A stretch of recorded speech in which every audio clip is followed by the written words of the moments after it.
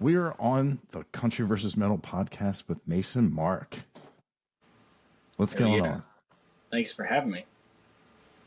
Yeah, dude, thanks for taking time and coming on and having a conversation.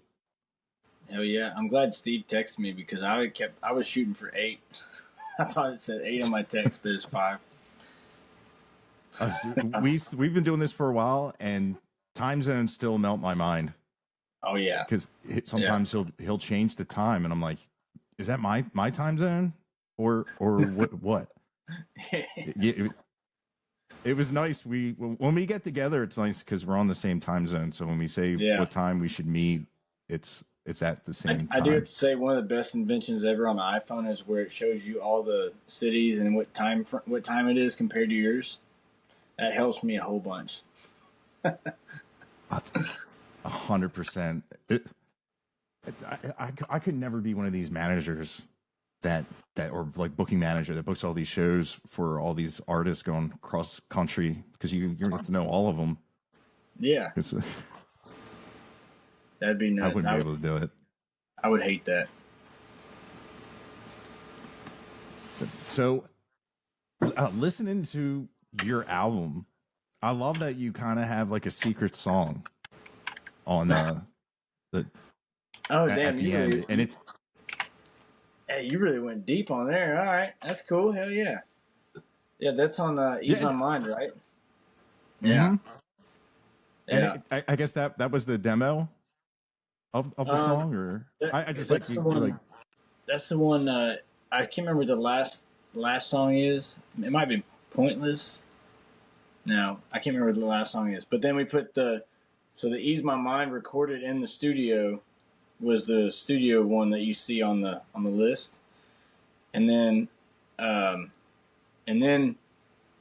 can't remember what the last song is. But anyways, after the last song, we waited like 30, 40 seconds, and then we did another recording of Ease My Mind outside at Larry Joe Taylor Fest at Melody Mountain, and we did it like outside the studio there, and which was pretty neat because I was playing my grandpa's like 60 Gibson with it, electric guitar, had like F-holes all in it, and then my buddy was playing slide.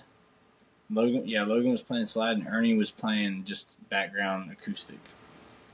And I didn't really know I was gonna really play all that, but we put it in there, and I thought it was cool. I actually got that idea from, I think Cody Jinks does that on the album, on the Adobe album, and it kind of skips like about a minute half or something, so you really think the song's over. And I got that idea from that. It's pretty neat. That's awesome. Sneak it on in there.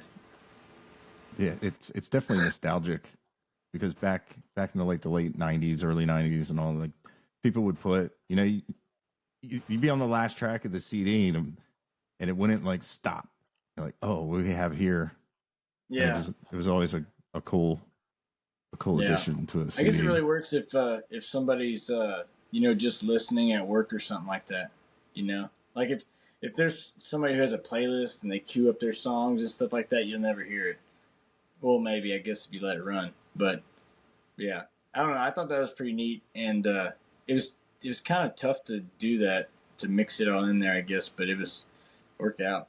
That's crazy that you knew that. There's very few people that know that I put a sneak track on there.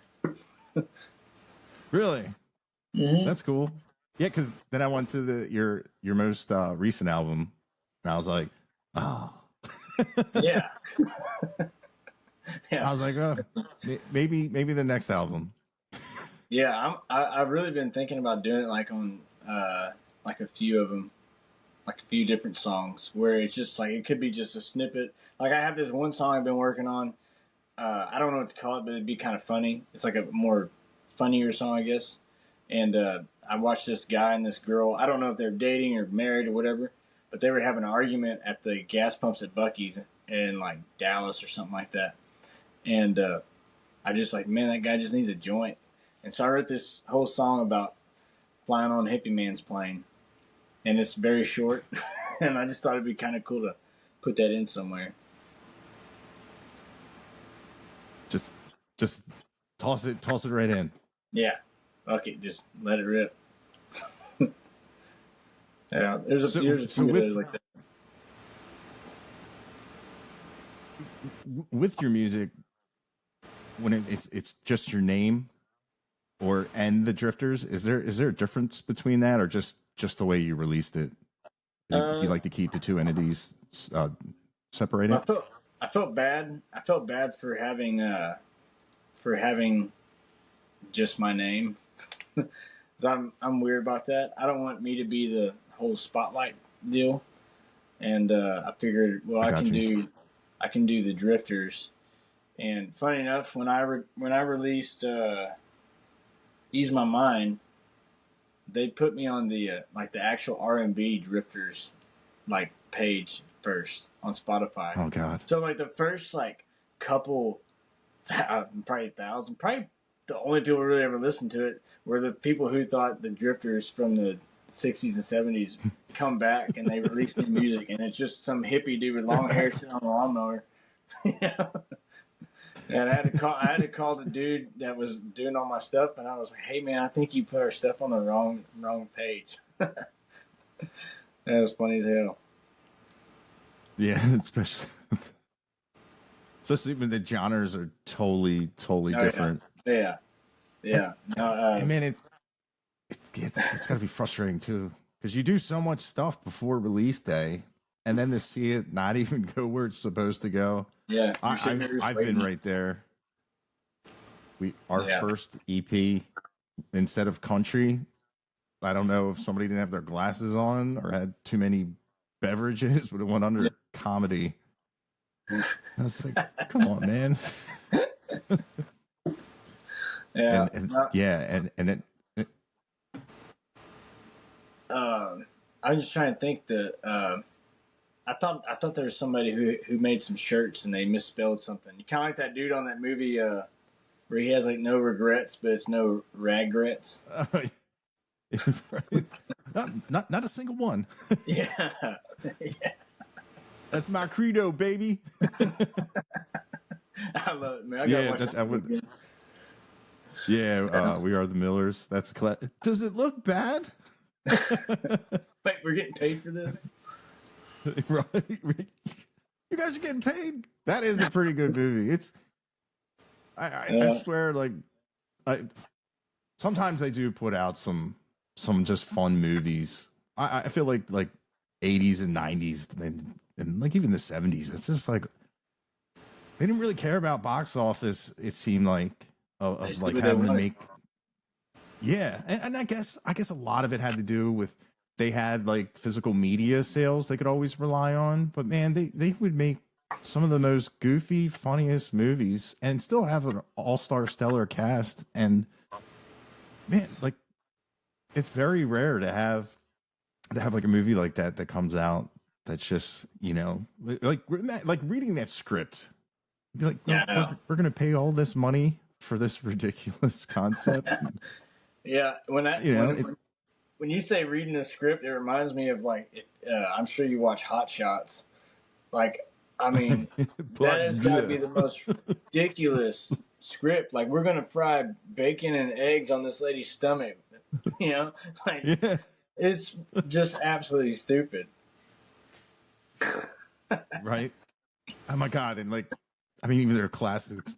Reading the script, like the Naked Guns, and all those Airplane.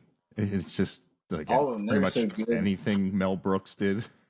I've been watching a lot of Carol Burnett show lately, and I did not realize that Steve Martin was on that show.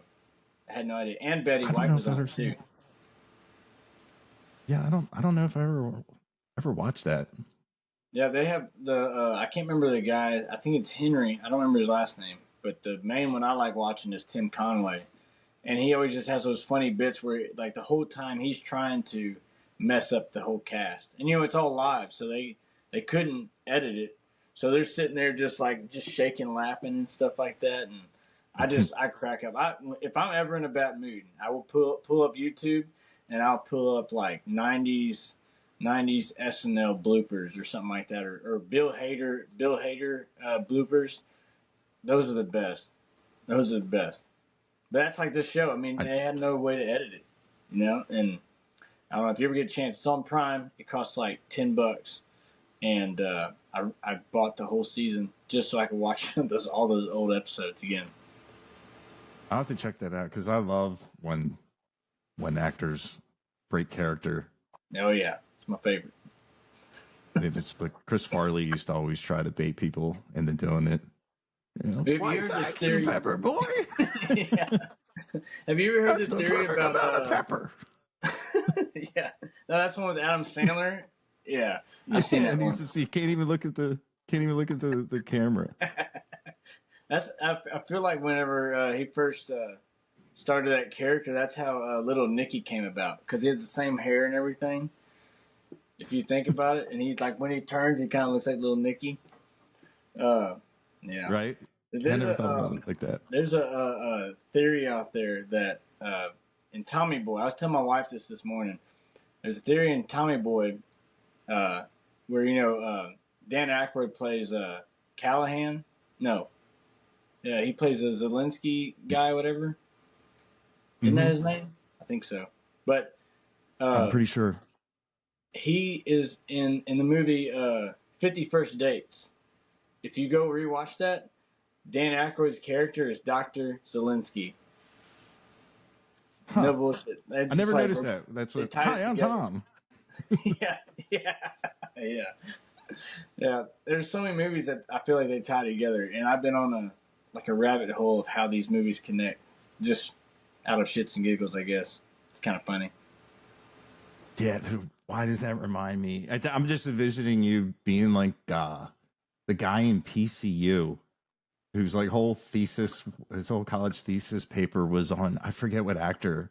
Was it Gene Hackman who just appeared on TV? He was just like all he did was stare at the TV. I can't remember. I should remember that. Oh well. There's a bunch of those. Like if you watch like a lot of Happy Gilmore movies, or not Happy Gilmore, Adam Sandler movies, I feel like they tie in people on stuff. I don't know. I think it's pretty neat though.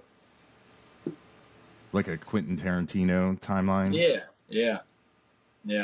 Or like my kids are watching. They like watching Lightning McQueen, and that the one driver. I was telling my wife, I think it's funny that they call one of the drivers, like, he's like the Dale Earnhardt or the Richard Petty of NASCAR, and they call him Mr. The King, not just Mr. King, but they have to add the in the King. I don't know why, that just like makes me laugh so much. But then his company is Dynaco, and if you go back in Toy Story, there's Dynaco like gas stations and stuff like that on there. Or maybe not gas stations, but you'll see the logo of it. Like stuff like that kind of gets me. Who would have thought the Happy Madison movies had death? I know, right? Or, yeah. Like Easter eggs like that. Yeah. You would really have to pay attention to catch that. Well, my thing is I like eating a lot of edibles, and late at night I'll just pay attention for some reason, and the kids are watching. I was like, whoa! I was watching SpongeBob one time, and I was like, this feels like real life. Yeah. I feel like I'm underwater right now. That's funny. It's like a lot of Monty Python makes more sense. Yeah. During the right conditions, when they the one movie doesn't even have an ending. It's like, hey, we ran out of money. We're done. Yeah. It's like they're in the middle of a conversation. I get it. The end. Yeah. We just ran out of stuff. Which another like who would put money into that? We're like, we spent all this money on production. Yeah. It's so crazy.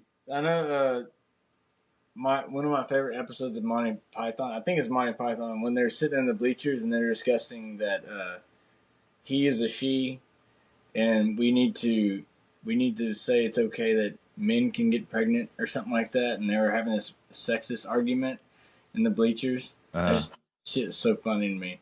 Like just the way, like that was how many years ago, and then like you hear all that stuff now, people arguing about it. I think it's, I don't know, makes me think that like every generation it just circles back around. It's one big circle. Right. Just the never ending. Yeah, just dumb Just arguments. Just whatever right. makes me Yeah. happy. Go do it. Dude, exactly. That's what there's so many people just harp on stuff that it does not affect them Yeah, hardly ever or even at all. And I'm like, dude, why? doesn't affect your Do pay. what you love. Yeah, it doesn't affect your job. It doesn't affect your lifestyle. Like just go on about yourself.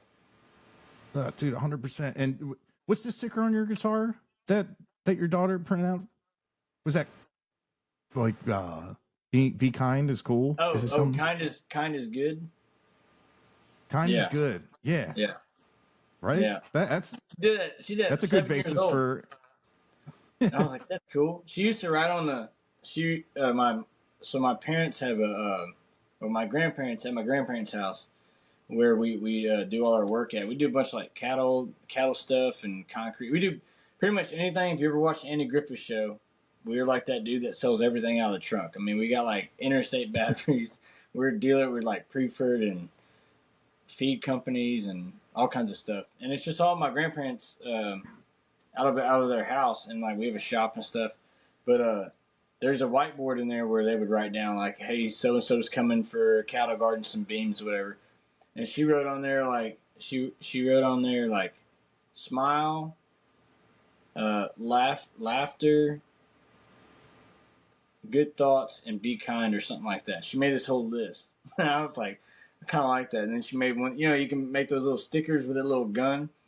And I was like, my mom had one of those. And I was like, hey, Hallie, make me one of those. I'm gonna put on my guitar. And anytime it ever starts coming off, I just put a little glue on there, and it just sticks on there. I think it's pretty neat. Definitely, it's and especially people ask me about it. I'm like, yeah, a 7-year-old came up with that. It's crazy to me. They have the right temperament. Oh yeah, they won't judge you for anything. And I was thinking about this the other day. I was in a I just think it's so funny when kids, and they have to be like younger than probably like 10, but they like they can look at you, they can smile at you, like they can just stare through your soul, and nobody blinks an eye. But if I were to do that, I'm a creep. Why are you looking at me? All those other things, and then kids, like when you go through Walmart or whatever like that, they're all yelling and screaming, having the time of their life. But if it's me or you walking through there, we're like, hey, you gotta be quiet. You can't make a fool of yourself. And they don't care. They don't care. I love that. Yeah, it's like, yeah, I miss that of not caring. And it's funny, like as a kid, you don't care. You get older, you get all your anxieties and all that, and then there's a point where like you get older and you're like, oh, that feeling's back. Yeah. Well, I noticed this. So I have 5 kids, and I've noticed this over the years where my oldest is 13, my second oldest is 12, and then the one that put the Be Kind on my guitar, she's 8 now, and then I have a 3 and a 2-year-old, and I noticed like my 12-year-old, she gets in front of the mirror and she has to like do her eyebrows or whatever the hell she's doing, and then my 8-year-old, she started doing that too, but neither did none of the boys did it. And I kept on waiting for the day for them to look in the mirror, like to like see something, like to figure like whatever. And anyways, my youngest one, he's almost 2, and he has never looked at himself in the mirror. And he's sitting there, he's like going like this and touching his face and stuff like that, and he's going like this, but not like neither one of the 2-year-old, almost 2, and the 3-year-old never like check their teeth or check if they got boogers in their nose. They don't do anything. They don't care about their appearance. They're just all muddy and dirty and stuff like that. But I think it's just, I guess my point is that I think it's kind of crazy to watch when you notice a mirror and when you notice like, is my hair okay? Do I have something in my teeth? Like, I think it's kind of crazy to watch that happen in real time. It's like when they discover I have to go in the mirror and go wipe my eyes or something like that. That's an interesting thing to think about. Is it just like a society pressure, or just I think it's something? when they start going to school, that's Yeah, when people start making funny and stuff. But yeah, I don't just know. But it yeah. was It's pretty like, neat watching that in real time. It was nuts. And now they see my daughters. They see my daughters all like looking in the mirror in the car. So whenever the younger ones, when we live in the middle of nowhere in this little town called New Ulm, and it's like kind of by Brenham and Sealy. Like, I guess major cities would be in between Houston and Austin, and so we live on a bunch of back roads and stuff. And when we're driving to my grandparents' house or my mom's house, they'll ride in the front seat, and like now I've noticed that they grab that mirror and they look and they start going like this or like that if they got something on their face. And you're like, "Dang, my face all dirty." Oh, it's kind of funny. it's definitely. I never really thought about that, or that's Yeah. it's Well, that's a lot of God's green grass, you know, going through my veins, just noticing little shit like that. right. That's the Yeah, stuff like that. A lot of people will be like, well, I would have asked you to give me guitar lessons, but I didn't think you would say yes." And I'm like, dude, like getting back to the beginnings of things and Yeah. starting at square one. I always like when you really sit down and you look at an instrument. There's a lot of stuff that you'll forget and everything. Like you said, when you just like sometimes you just stop. You're Yeah. like, man, that's a pretty tree. I haven't looked at that tree in a while. Yeah. But I've also noticed this too. Like here lately, I've gotten the honor of like hanging out with like a lot of well known players and stuff like that, and it's really kind of crazy. Like if you were to look through them like through the lens of a phone or maybe watching them on stage, they look so damn confident and they're just like all about what they're doing. But if you ever get one of those guys to ever show you a new song, just like backstage or whatever like that, and they're like, "Hey, I've been working on this," they're they're like, I don't like they are the total opposite of confident. They're trying to tell it to you like, "Oh, I messed it up. I'm sorry. Yeah, it's not that good," and then just like it was damn good, but it's just kind of crazy to see that where when they're in front of people and they know what the hell they're doing and they're for sure that it's good and stuff like that. I think it's just kind of nuts when you see them working on whatever they're working on. I guess it's like a comedian like bombing almost. Like they're super embarrassed about it until it gets all worked out.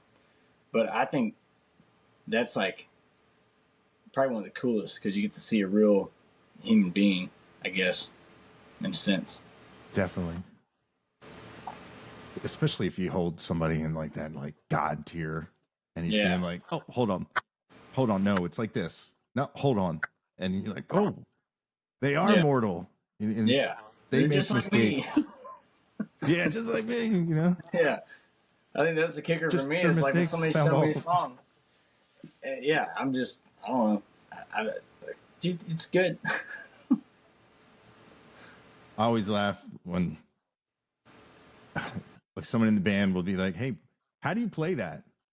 Let's work on that song. And I just be like, I don't know how to play it. They're like, you wrote it. I'm like, well, I have to listen to it again.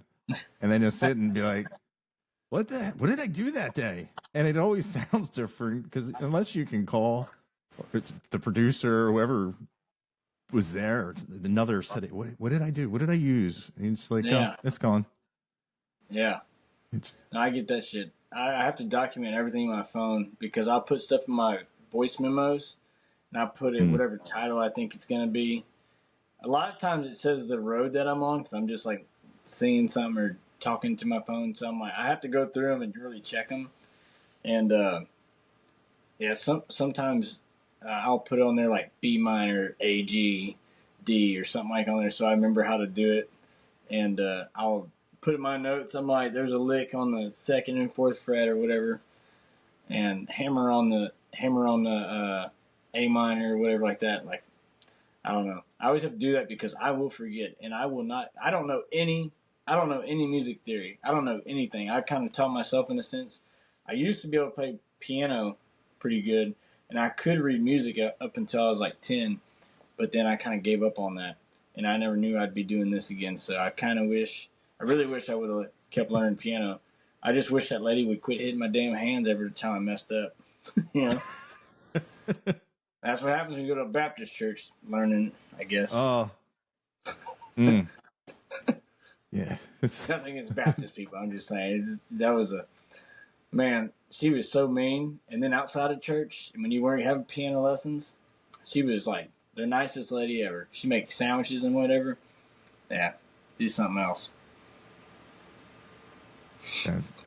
Yeah, I went to Catholic school for a while, and oh my god, I was ecstatic to get out.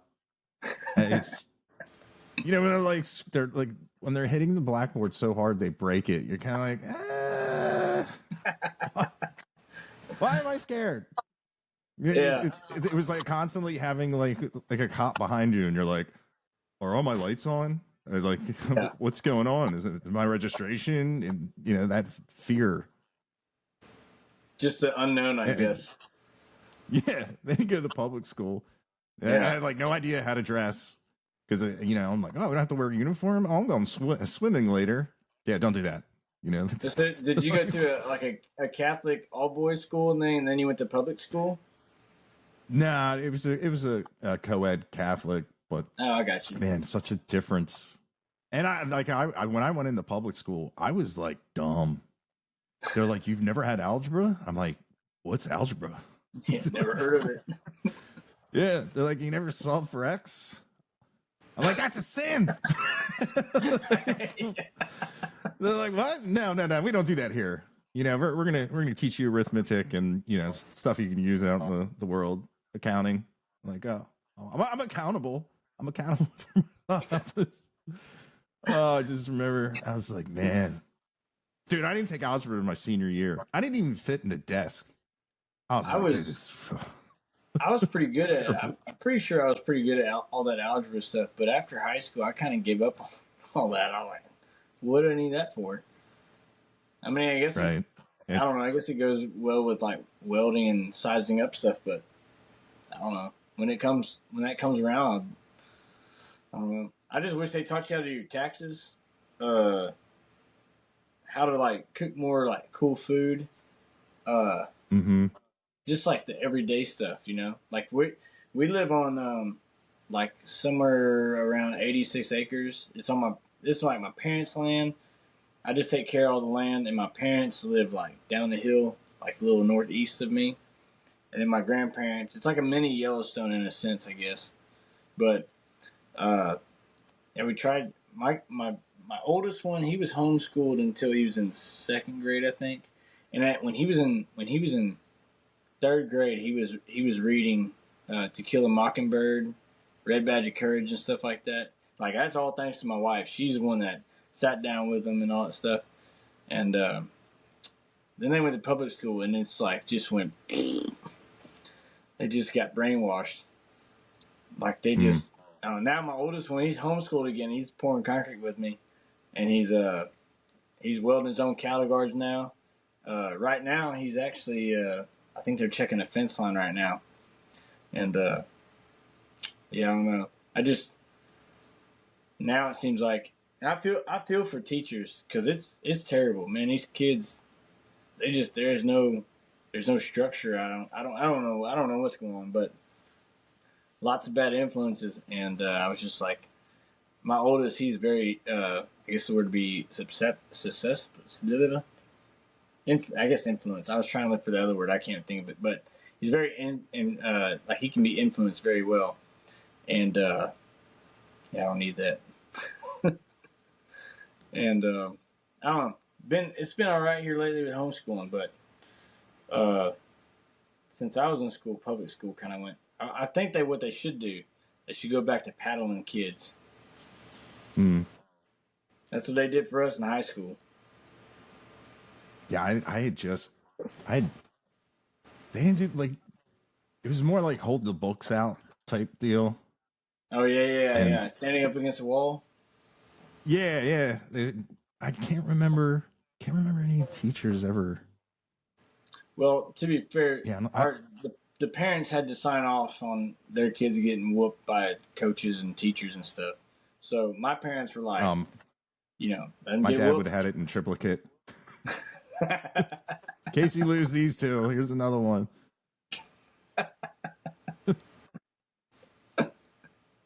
I do remember the books. You know, you had to sit. They told you, yeah, you got to stand here for 5 minutes with 6 books, and then they see you getting a little tired. They take one off, and then they see, oh, you relax. They put one more back on.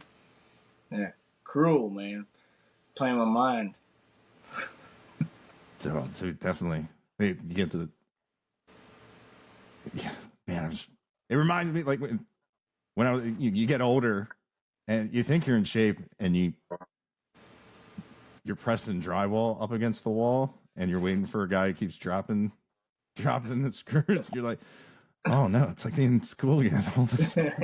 All the little muscles that you haven't used in forever are all just like, yeah, we're done. And yeah, to be young again. That's I understand that. Funny. Yeah.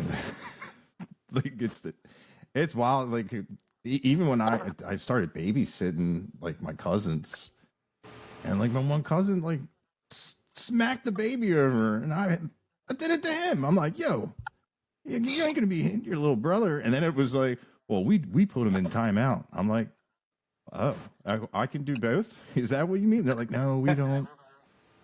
I'm like, dude, I remember my grandfather, one of my cousins struck my grandmother, and his response scared. I had just got done cutting the yard. I went out to cut it again, and he was like, that's a good boy. I would have too. I get hey, did I edge? Nope. There. I missed the spot. I'm gonna be right back. Yeah. I'm like, oh man, I was. He called me a man of 1,000 words a year, and I'm like, I'm terrified of you. I was just like lived in fear. If you didn't say, yes sir, please, or hold a door for somebody, or oh my god, you would never do that again. I mean, obviously I loved him and everything. And when I got older, and he started treating me like an adult, and then we became friends. Like I remember becoming friends with my dad, because up until that point, no, there was no like, hey man, how are you? Oh no. There was no talk like that. There was, commands, responses, and that's it. Oh God, them old timers. He always thought I was doing some. Yeah, dude, them old timers, man, they were strict. Mm-hmm. There was no room for patience. I mean, time was at the essence in every aspect of their life. It still is, man. There's a guy that we sell feed tubs to. He's got to be 92 or 93. I mean, when he says, "Hey, I'll be there in 5 minutes," he shows up 5 minutes before that, and he's there, and there's no chit chattering, nothing like that, unless it's about the bank, the government, or the Vietnam War. And then he'll stick around for a little bit, but he's got to dip. He's got to leave. He ain't got no time for nothing. It's just crazy. And then you say something. I said something to him one time, and I was like, "Oh shit, that sounded so stupid." And he just looked at me blank stare, and he's like, "Damn it, son, that was so stupid." I was like, "Sorry, I don't know what to tell you. I don't know how to dig myself out of this hole." And I was like, "All right, see you later, Llewellyn. Have a good day." Yeah, I still think about that, man. That crushes me. Dude, I have moments like that too, where like, and out of nowhere, you just feel this like, unnecessary guilt for something that they probably never thought about again. That might have happened 10 years ago. Yeah, I have stuff like that all the time where I'm like, man, I wish I gotta call this. You know, if I have the note, I gotta call them up and be like, hey man, I'm really sorry I did that. I'm like, did what? I don't even remember it. Yeah. They're like, why? I think about that all the time. I had that happen to me today. I was thinking about something I did, something dumb at a neighbor's house just down the road, and I was all drunk, and I had said something like pretty mean to my buddy's mom, and and this happened. I was in high school probably. I was probably 16, which would almost be like 20 years ago. And I was like, I still feel bad, and I seen her like 2 weeks ago, I think. And I told her, Mary, I'm so sorry about that one time. I still think about it all the time.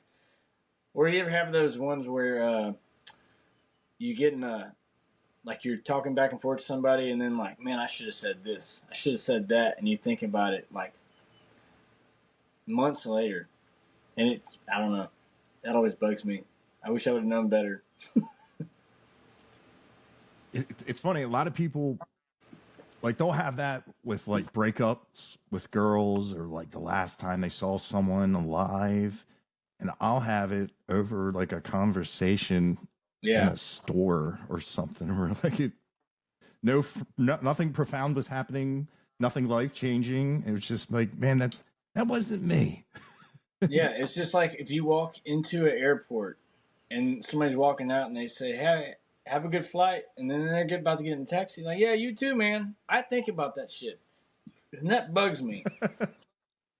You know, like, why would if somebody goes, hey, have a good show, and I'm like, yeah, you too, they're not about to get on stage. You know, like, and I think about that shit on stage. I do, and I see that person, they're staring at me. I'm like, why did I say that? It's so stupid. Or someone says, have a great day. You go, thank you. And you're like walking out like, you too. Yeah. Yeah. You have a good day. I wasn't raised like this. It's like, have you ever watched that movie? It's a restaurant movie. It's called Waiting with Ryan Reynolds. Oh, yeah. I can't remember, Justin Long. But there's that part where the guy Chet, he gives them all this money, Justin Long, and then he's like, and he walks out. He's like, hey, you know what? You deserve this money, all this money and shit. And he gets fired for it. Like, that would be me. Like, mine was like, no, fuck this dude, man. I'm gonna give his money back. You forgot your change. Yeah, that'd be me. But that's the way my thought process is I won't think about it until later on. It's gonna piss me off that I didn't say this or that. That's funny. Yeah, that's another great movie. Like, if you ever worked in a restaurant, that's exactly what it's like working in a restaurant. Yeah, man. Yeah, I have all like these scenes going through my head. And it's like I can't remember. If you were to be like, hey, where are your car keys right now? I'm like, I don't know. But I can remember, man, I can sing the whole Bagel Bites jingle, all those stupid jingles. You know, like every scene of that, I can do scenes for movies. I could ad-lib almost everything I've watched probably twice, but I can't tell you where I left anything. No, I'm about the same way. And like, usually I can tell when I'm gonna be friends with somebody is when I start like just memorizing a movie and I'm saying it to them and they respond it to me and I'm like, all right, you like the same shit? I'm like, hell yeah, dude. That's like how I talk. Yeah, and it's funny when people don't get anything you're saying. I have a guy we work with, and me and my buddy Mike will act out entire scenes and go back and forth.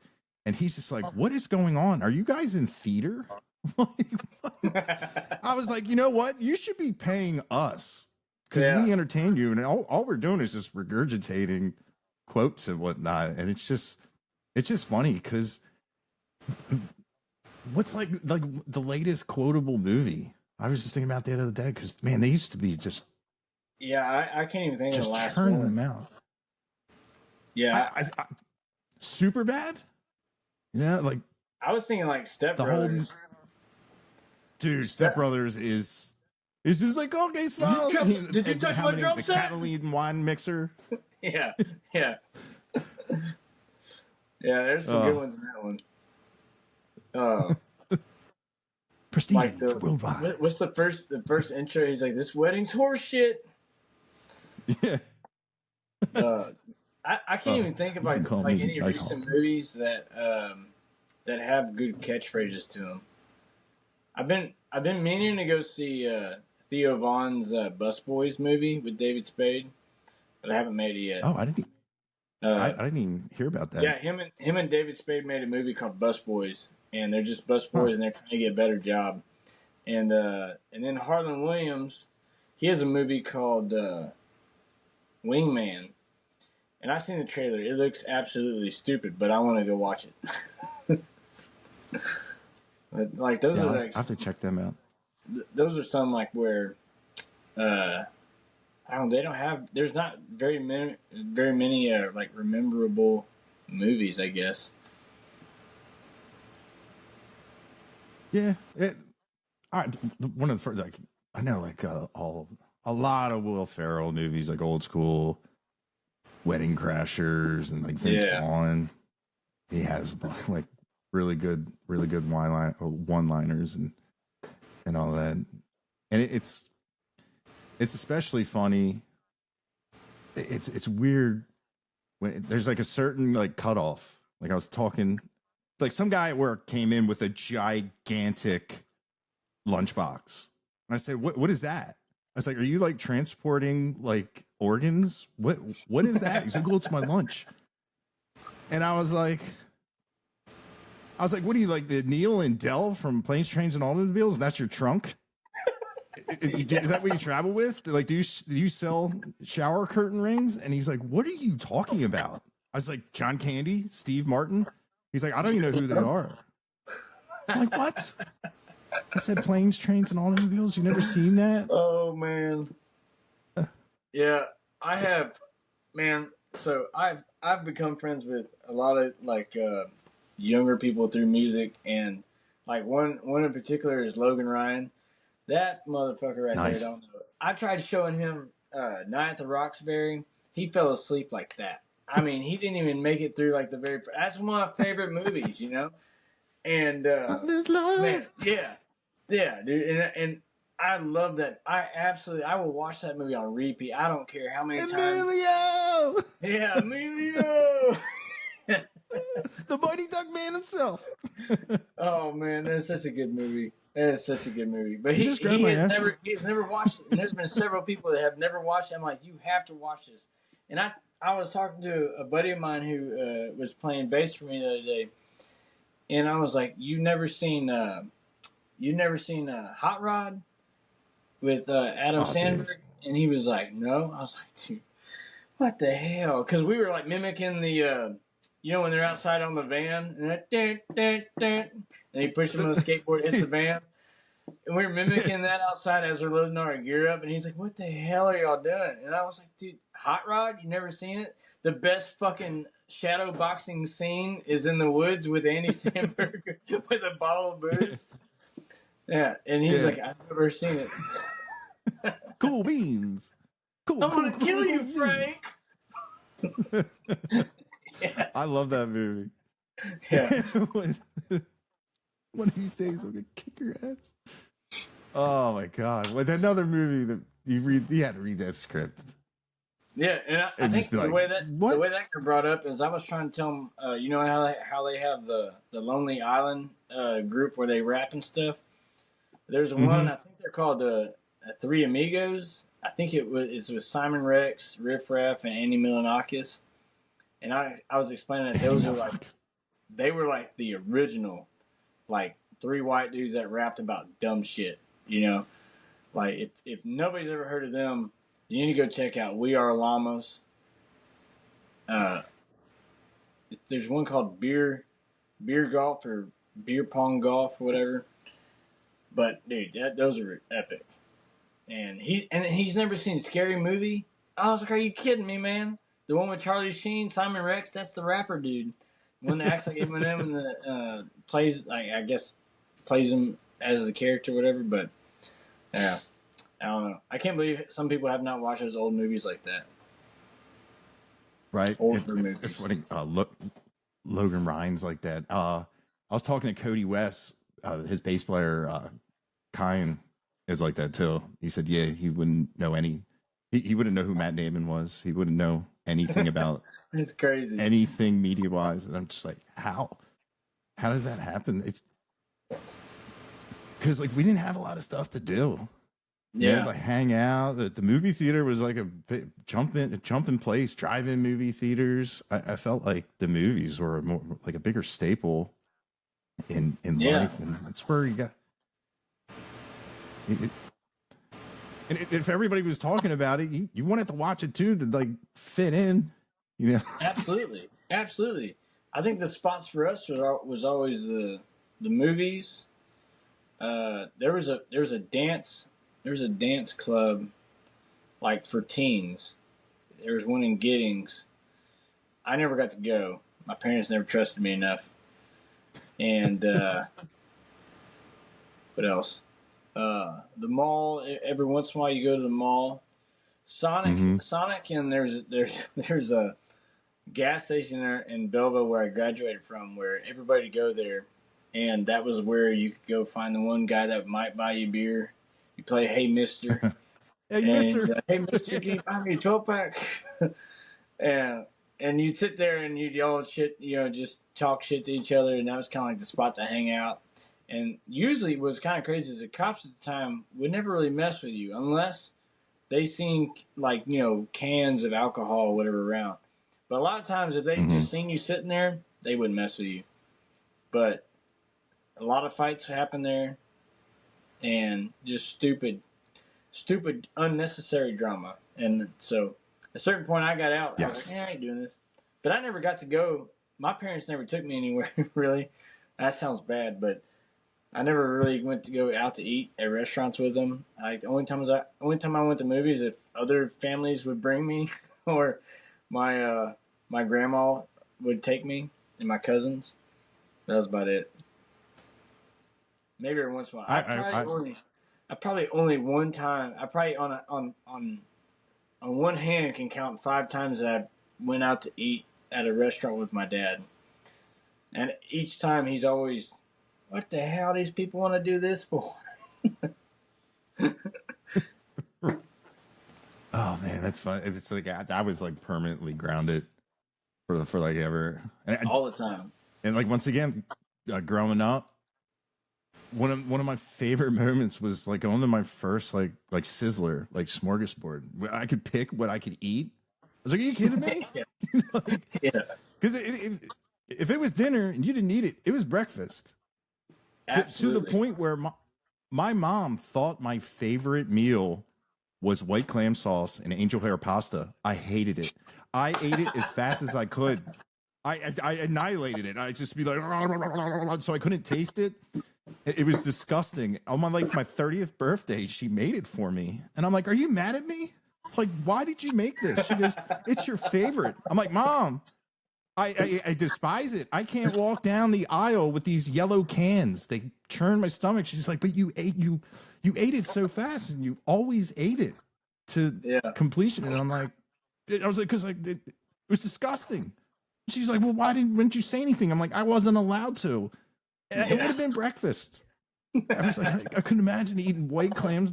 Ugh. It's all slimy. Just because like we were like poor. Like angel hair pasta was like 19 cents for a whole box. Easy money right there. Yeah. Yeah. Oh. No, I know when my wife gets on to me till this day, if we ever get invited to a party, they got all that deer sausage laid out on the board and all that stuff, like I said, I will sit over there and I would drink my beer and I will sit there and pick everything out. And like my mom used to get on me when we go to these parties and they have these platters of food everywhere with sandwiches and all kind of shit. Didn't matter really what was on it except for tuna sandwich. I could never do that. But she would get so mad at me. She's like, "Mason, you can't eat all of these." I was like, "We haven't been fed yet. What are you talking about? We barely we eat 3 times a day, and they have all these snacks available. I'm gonna take advantage of this for sure, and I will I will chop even at my own kid's birthday party.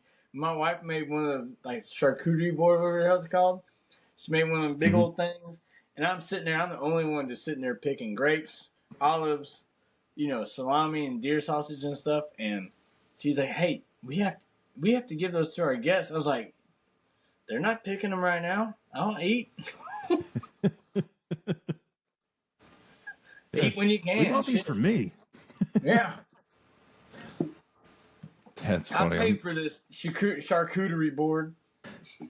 Dude, it took me forever to learn how to say that. A guy Yeah, at work still used to get like, fumbles, man. he would get physically mad. He's like, it's charcuterie. Just say it. I'm like, shakoots. Yeah. Sha.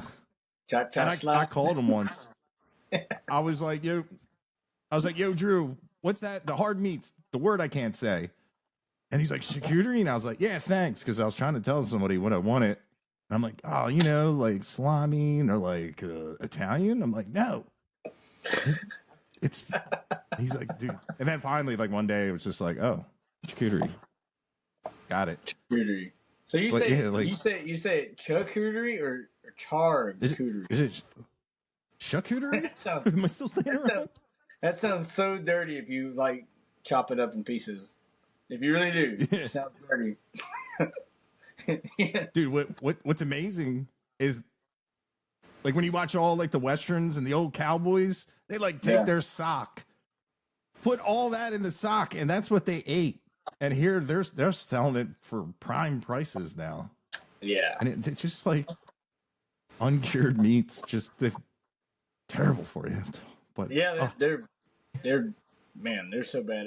And bad thing is, I really love them. I love eating like uncured ham and all that stuff on sandwiches, man. And I finally looked up one day. I was like, "Damn, this is not good for me." yeah. Oh, carcinogen. That's not good. Yeah. But I love it.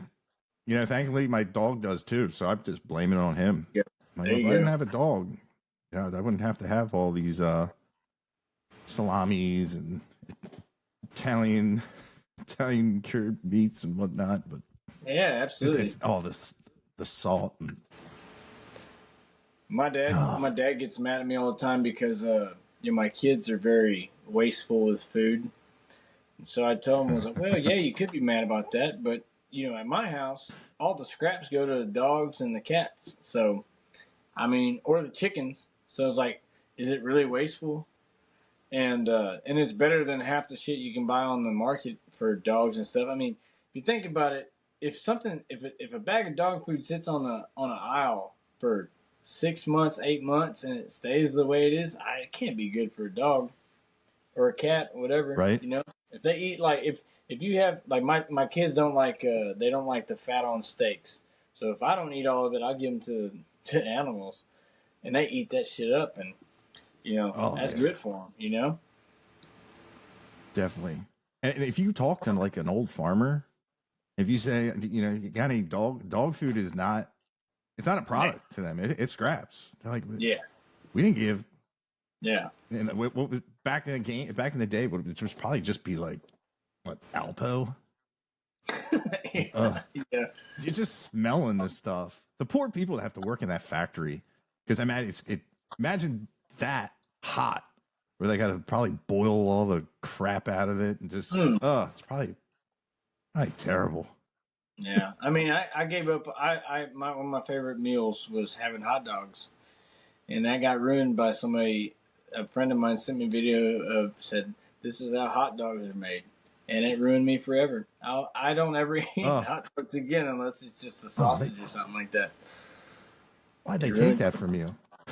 I know. You would hate. Yeah. I don't know. Put that evil on me. Yeah, it's like the old saying, "Ignorance is bliss." I was like, "Shit, I wish I never knew that." I need the men in cook black all 5 kids' food in 5 minutes. Yeah. Here's some hot dogs. Yeah. Oh, you would hate Scrapple. You probably don't even know what Scrapple is. Is that the apple juice? It's like, no, it's just shredded animals with cornmeal. It's like a Pennsylvania Dutch thing, and I personally love it. But when you tell people what you're eating, you're like, "What?" And I was like, "Yeah, anything they don't use from the pigs and whatnot, they just throw it and grind it up, put it in cornmeal, season it, Ain't and too it's bad. like in like a loaf. It's Because pretty good. I mean, It's my dad, like, I mean, they all like eating tongue and brains and shit like that. I mean, yeah. my great grandparents, There's a they were all lingua. raised up in the depression, so I mean, they didn't leave nothing left. And if they did, they either used it for compost or, you know, I guess something to season something later. I don't know. But my dad, just for instance, today, my oldest, he was helping us set up beams or whatever. And, you know, they have those little microwavable macaroni and cheese things. So he put it in the microwave, and he said, Dad, I don't know how to make this right. I was like, boy, what are you talking about? It says fill to this line, and it says for how many minutes on the side of the damn box. Don't be lazy. I ain't making shit for you. So anyways, he had put one too long. I guess he had done like 2 minutes or 3 minutes too long, so he ended up throwing it outside. Boy, my dad come unglued, and he was like, boy, you don't ever waste food. If you're not gonna eat it, give me it. I'll eat it. And I was like, Dad, the macaroni was like melted inside the plastic. He's like, wasting food. You can't do that. That's like my dad. He's a landfill. It, disgusting. He's always, he always says he has an iron stomach until like he doesn't. Yeah. He's done so much stupid stuff. Like he just got double hernia surgery, and he's like, I'm gonna have some coffee. I'm like, I don't think you should have coffee. You're hopped on God knows what. I said caffeine is a stimulant. At least read some, Google it. Nope. And then with 2 full hernias that just now he's making sounds I did not know a human could make.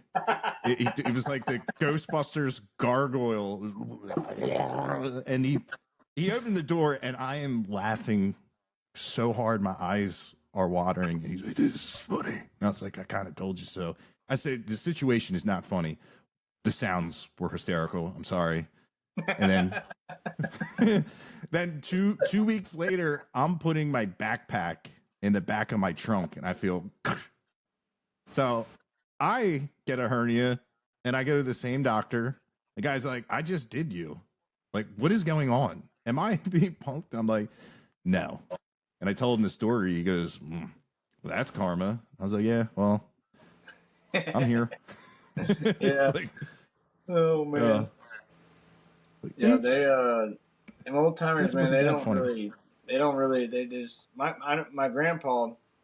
He had his stomach had burst or something, and so they fixed whatever, and so he couldn't eat like any like solid foods.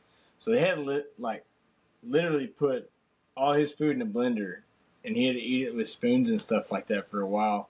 He couldn't. If I ever like cooked him chicken or steak or anything like that, I couldn't put pepper, or I could put salt, but I couldn't put pepper because salt would degrade, or not degrade. It'll dissolve. But I couldn't put pepper a lot of stuff because for some reason it would get stuck, or I don't know. But he finally got out of that phase, and he's like, "Mason, make me that steak you do that with that special shit." All right, so I made him it, and he was just, he had acid reflux, but it's like, was it worth it? He's like, damn right. And that's terrible. I have that every once in a while. I'll just wake up in the middle of the night and just have to like open my mouth up and just leak.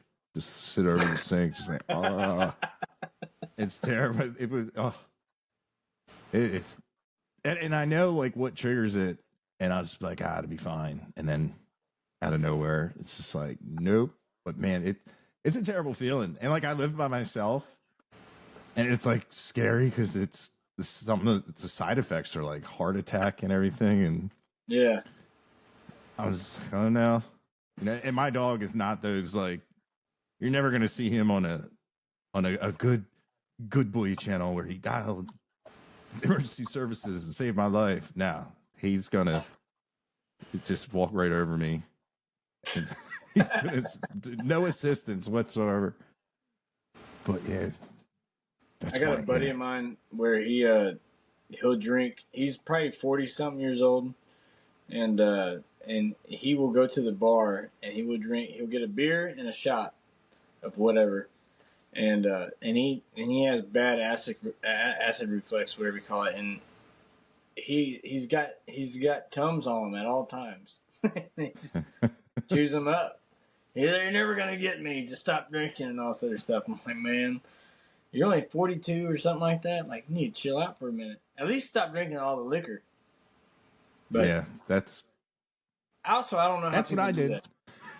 I don't know. I don't understand how you do it. You go from like you take a shot and then drink beer, but every time he gets a beer, he take a shot. I just don't understand it. Yeah, there's like nursery rhymes against that. Yeah. Yeah. Yeah. Beer before liquor. You're in the clear. Never thicker or whatever it is. Yeah. There's those old folklore. Yeah, there's some truth to that. Yeah. Yeah. It's funny. It's like, I know people are going to be like, they didn't talk anything about music.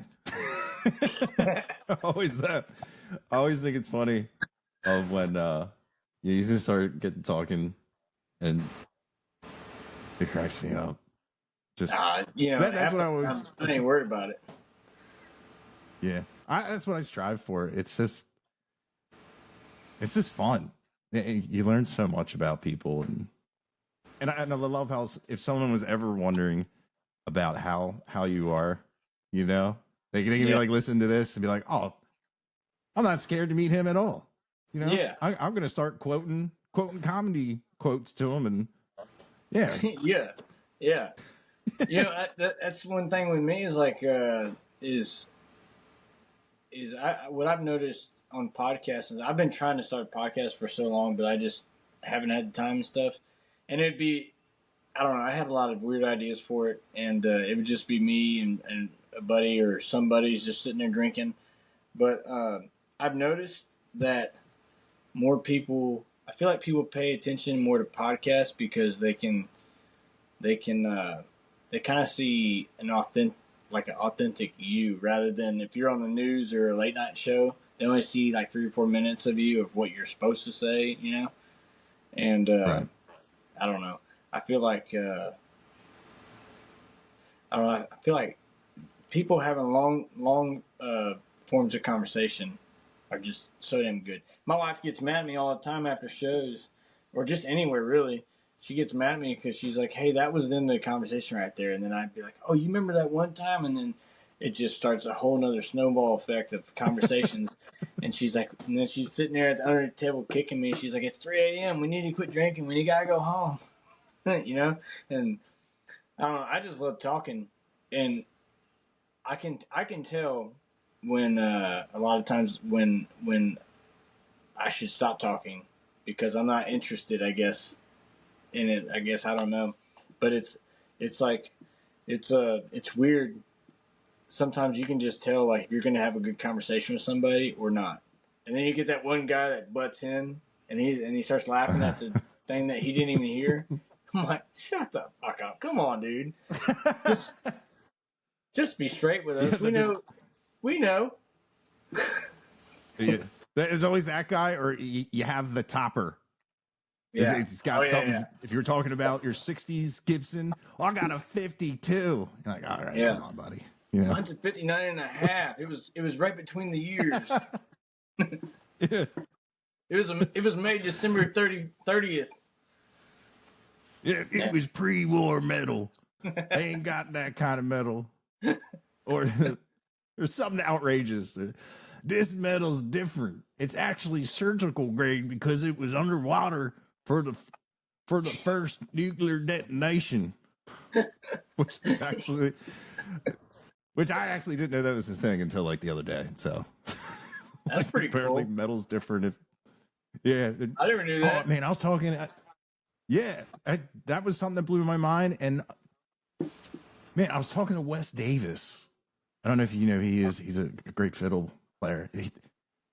Apparently there was Martins where like there was like wood that was sunk and it's like old, really old, and they That's made pretty like guitars out of it. And I was like, I'd never heard of it, and I wanted to look into it more, and that just reminded me I totally didn't.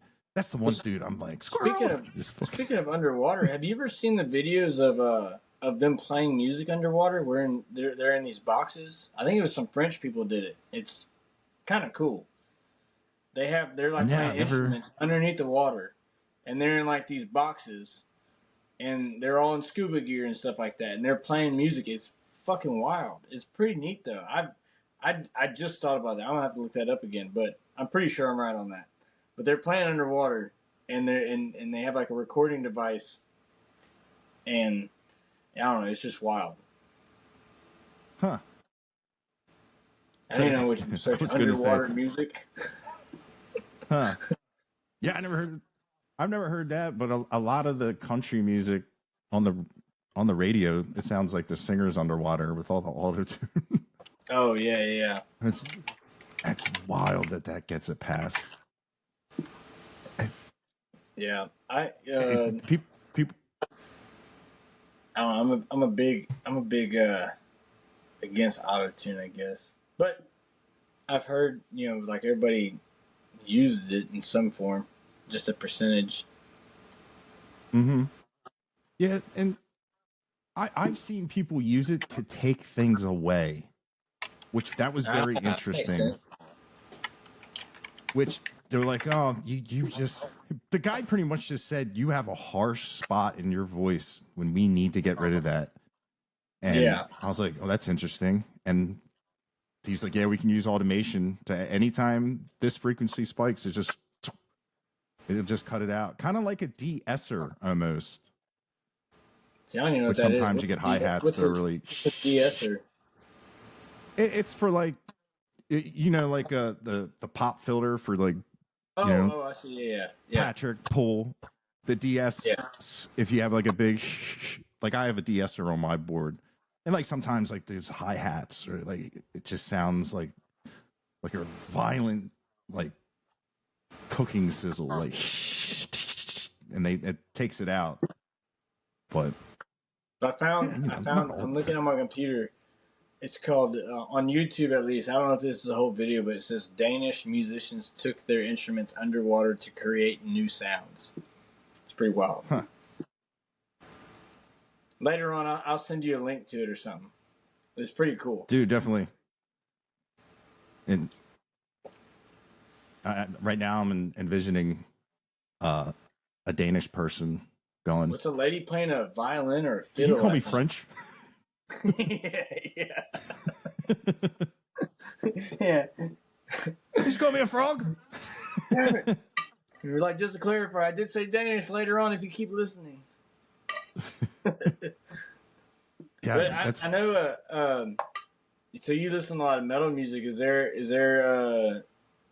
any certain type of music where you kind of get lost in sometimes? In just like for example, mine. I love lo-fi music. I love listening to lo-fi music or jazz. I love jazz. Some of the sounds, like it sounds so stupid. For making when they do the white noise for babies and stuff like that, but they have like the native, I guess, like instruments, whatever. I love that shit. Like in this room right here, it has a tin roof. I put a microphone next to that door when it was raining, just trying to catch the rain, just so I can put it on a track. And I just think that nice. I think that's so cool because it almost brings a like this is real life kind of sounds, I guess. Like mm-hmm. It's almost an everyday noise that I feel like our senses will catch. Maybe, I don't know. This is the way my mind thinks about it. I like people that do that. Like the dude from Pawn. I'm hoping I get this. Pawns and Kings. I was like, man, it's a cool sound. I wonder how he made it. And he went into his barn and said, I stomped on this. I got this chain, and it was like it. you're never going to hear that sound ever again. Like, of Yeah. course, unless somebody samples that. But it was like really cool to listen. I feel like Corb Lund does stuff like that as well, where they just make like organic sounds that just they can't be replicated, and it just I think just adds to the real like authenticity of the music. And it's funny is I always say like organic, and a lot of people are like, what do you mean by that? And it's just kind of like natural. It's made. Natural. Yeah, people got in a room and did stuff. It's wild. Like you might have like a drummer just practicing somewhere, hitting something. You know, it could be anything, and you like the tone it emits, and be like, hey, let's record that. And yeah, dude. Stuff like that.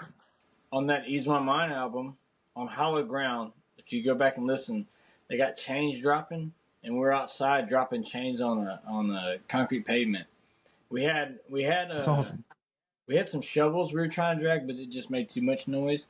But then the drums that are on it, we at first we did like a 50-gallon empty drum, and we just hit the sides of it to make it almost sound like Donkey Kong or like I think we're looking for like a jungle beat, and I think that's pretty damn cool when you can do stuff like that. And that was probably actually the funnest part, is just going to find weird shit to bring in the studio. Like, I think we can do something with this. You know, I thought it was.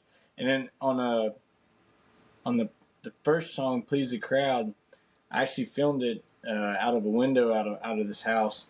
And that's a song me and Carson Jeffrey wrote together. And okay.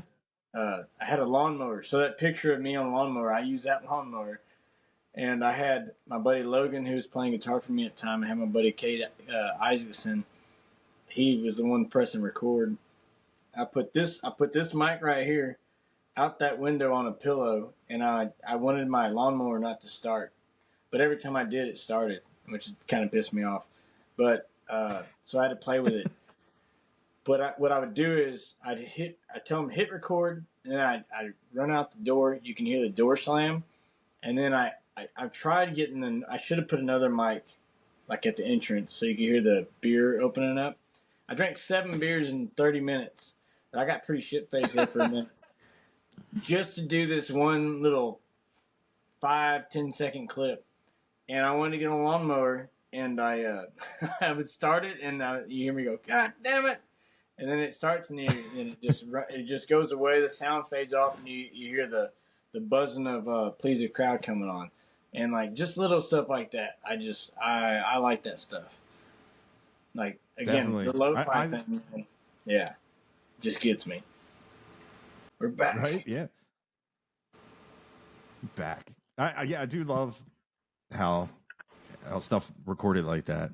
And yeah, like music get lost. It's weird. It's weird to say like it's been a while since it has been a while since I've listened to music that I used to love. Like Meshuggah put out an entirely new album. They might have even put out 2. I haven't heard it. And those were like my dudes. Like you know, like sad music makes me happy. Mm-hmm. Like angry, destructive, aggressive music made work easier for me. Yeah. I'm like, just music I wanted to crash my car to. And for that, like before I got to work, I always had to hear Meshuggah Rational Gaze.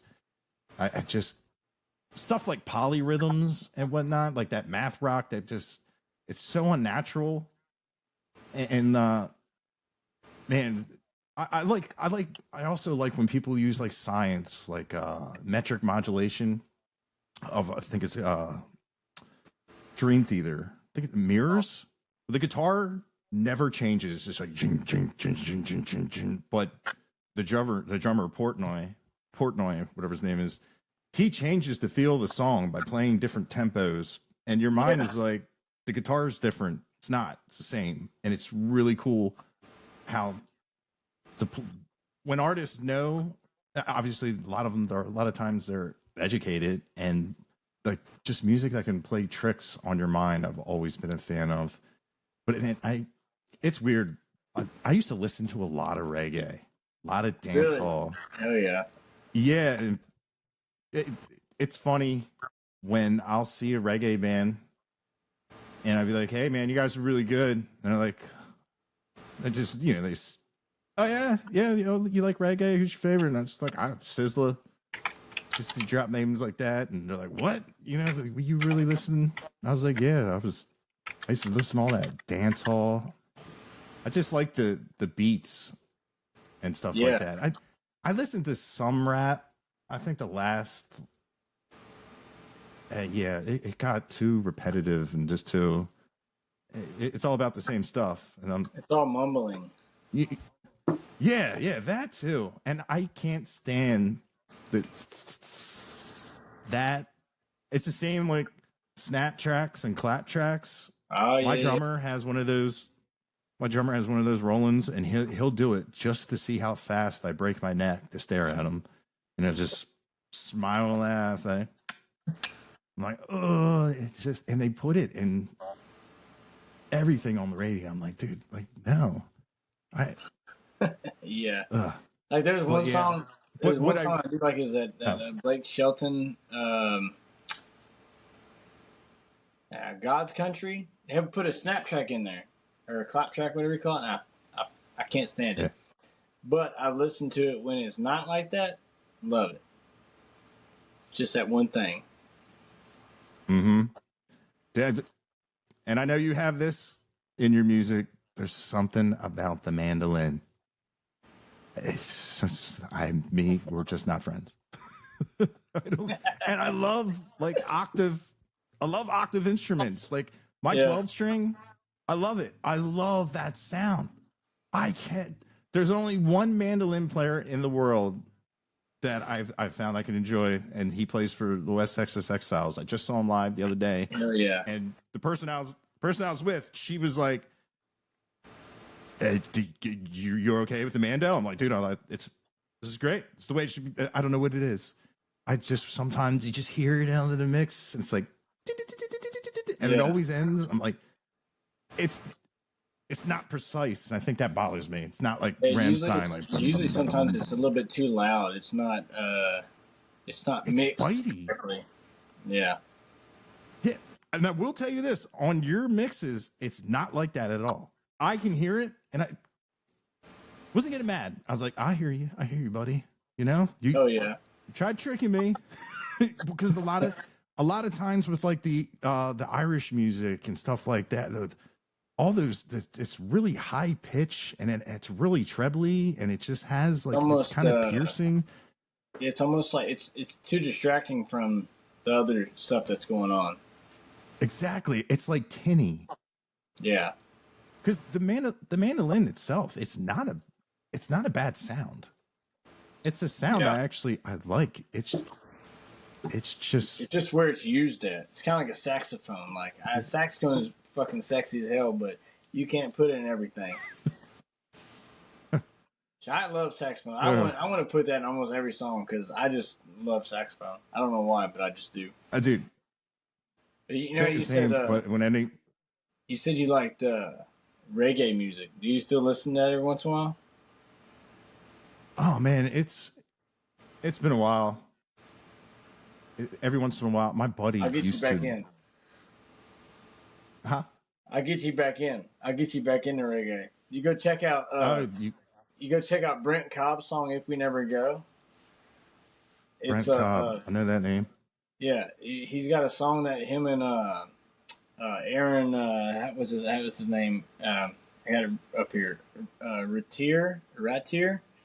They wrote this song called "If We Never Go," which the Steelwoods covered as well.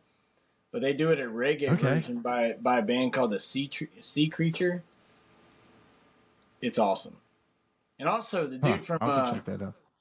The dude from Sandler movies, Peter Dante, the guy that plays Dante and Grandma's Boy and all that stuff. He has a bunch of reggae. Oh, that's his name? Yeah, Peter Dante. He has a bunch of reggae albums. Dude, really? Yeah, he's got one song. He's got one song called "Nickels and Dimes," "Pennies and Dimes," and it's so cool. I'm like, dude, she said, huh? I think Dude, his name's that Terry I Johnson. have to check. Yeah, it's cool as hell. Of course, she doesn't have a microwave. She's 100. I love that movie. Yeah, that's one of my favorite ones too. Oh, dude, I love. Not a lot of people have seen that. Yeah, I know that's another one, Adios, man. turd nuggets. I love it when he's like, "How can they see me?" He's up against the wall. I'm just He's like a fucking it's bat. ridiculous. Yeah, the Matrix. I like the part Oh where my they all get super stoned and they're watching the Great American Sales thing, whatever, like the rerun where they're selling stuff, and then the whole party starts, and that's just so funny. It's so good to me. I love that movie. I've watched that movie probably more than I have ever any movie. You know, my go to movie was Dodgeball, but when I started, Okay. I found Grandma's Boy again, and I was like, man, that's it. It's like my late night movie that I get to watch. Oh, dude, you could watch that all day, every day, just like Step Brothers and whatnot. I just love when he's when he's got the car bed. He's like, "Yeah, I'm really hoping my roommates buy me a CD radio so I can talk to other car beds." Good car. He's like, you want a pillow? Yeah, that inflatable mattress he has. It's ridiculous. I do not have a gray bush. I was watching that movie. I was watching that movie one time, and it's like probably midnight, whatever. When my kids walked out, right whenever he's like fantasizing with a doll in the bathroom, I was like, "Oh shit!" I turned it off. Pause. Yeah. Sorry, I can't stop. It feels too good. And Rob Snyder is like, Oh, "Oh, is man. this expensive piece?" And does it. I just love them so much. I give hundreds of dollars to him, and he pays the rent. I just love them so much. Yeah, I went to go see Adam Sandler in at the Moody Center in Austin, and he had Rob Snyder open up for him, and the guy that brought him the drinks was the same guy. I was like, "But madam, whatever her name says, she give me a free massage. I just love hookers." I think that's to do with all of the messed up eye and everything. Uh-huh. Yeah, he was like, he kept on bringing drinks Bobby. out for them and stuff. Yeah, it was cool as hell, man. Yeah, they're good. That's funny. Yeah, I that was didn't know probably he was one of doing the a lot best of comedy shows. shows ever. Yeah, dude, that was like my thing for a while. I went every week, every weekend. I was trying to hit comedy shows, and then just kind of like stopped. It's weird how. I mean, I guess Maybe you do the same stuff over and over again or something. Yeah, and like when they start going this, I don't like stadiums. It's too much. It's too much. Yeah, it's not personal enough. Yeah, and it's too many lines. I'm not a fan. It's like you're just cattled in and beep, beep, yeah, beep, and you gotta wait. Yeah, I told somebody one time, I was like, man, if I want to be treated like cattle, I'll just go walk through my own chutes. I don't need all this shit. Right. Yeah, that's. Yeah, no thanks. And it's funny. Like my cousin, she does comedy, so I'll go see her, and it's cool. Like whoever she's with, I'll be able to hang out with. So she's actually she does pretty good. You got to check out. Yeah, it's funny. No, go ahead. Sorry, go ahead. No, dude, it's fine. I was just gonna say, check out my buddy Trenton Tebow. He's out of Dallas. He's been on Kill Tony 2 times, I think. He's badass. Trent Tebow. Why does that sound so familiar? He's out of Dallas, and we always get arguments over who can shoot pool better and stuff like that. And he's a very supportive buddy of mine, and he will dose you too. Just don't eat a cookie, he does. He'll make you high for 4 days. My cousin's on Kill Tony. No, you were saying she's been doing pretty good though, huh? Yeah, it was funny. Like her Mother's Day post was with she used to be engaged to Andrew Dice Clay, and the dog was Nuh-uh. just Get the fuck yeah, out of shit. yeah. His They were dick over your they're dog. engaged. Yeah, dude. I haven't met him, but he was in. They're from South Philly, and they were in South Philly, and there's my Aunt Edie making something at the stove, and the dog's barking, and they're going back and forth, and I was like, man, it's wild because like I never Andrew to see like great aunt and even my grandmother with Andrew Dice Clay when like you couldn't say anything like that. Yeah, that's remotely crazy. like that. And yeah, he's been very good to the family. I give him that, but it's That's it's pretty just cool. wild. Hell yeah, dude. Yeah, I know Trenton, he was like, dude, I get to I think he sent me a picture with him and Dave Attell. I guess Dave was doing something with them or something like that. And then nice. he's supposed to go pick a guy up from the airport and take him to San Antonio for that Peters guy, Indian dude. I can't think of his name. But I was like, that's so cool. I honestly wish I could do comedy. That'd be like you ain't gotta bring no gear. There's no guitar, there's no nothing, just a microphone. So easy in and out. Like just Right? super easy. Yeah, the only guy that has a load in would be like Carrot Top and that Yeah. Durham or Dunham with the puppets. Oh, Jeff Like, there's only Dunham. a few Yeah. guys that. Yeah. I don't know if he's still around. I ain't Other than seen that, nothing from him in a while. He was like, dude, he was such a hot thing for like at least 10 years. He always had a special out with his puppets, and I always liked it. It was pretty neat. But I would get to yeah, the point where I'd look at his mouth and like, they're not talking, he's talking.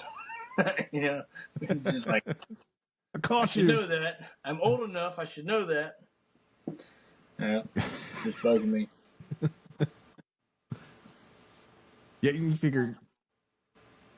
Yeah, 10 years is a great run for a comedian. For like Yeah, Gallagher, he had a decade, and I guess it just Carlin, all those guys, and it just kind of like man, it makes you wonder. I always say it, and it's always like when you say anything about George Strait passing the torch of the king of country and everything, it's you get a whole dynamic of people that are like the buck stops here. There is no other competition. There is nothing. And I'm just like, dude, like when I say it, it's not like there's not an actual torch. It's not like a thing that was set in yeah, stone, voted on by committee or whatnot. And then just because a lot of like with the acts of comedians, you can go back and be like, oh, they're as big as what's their name in their heyday and everything. And obviously, like a baseball player becomes a player, might become,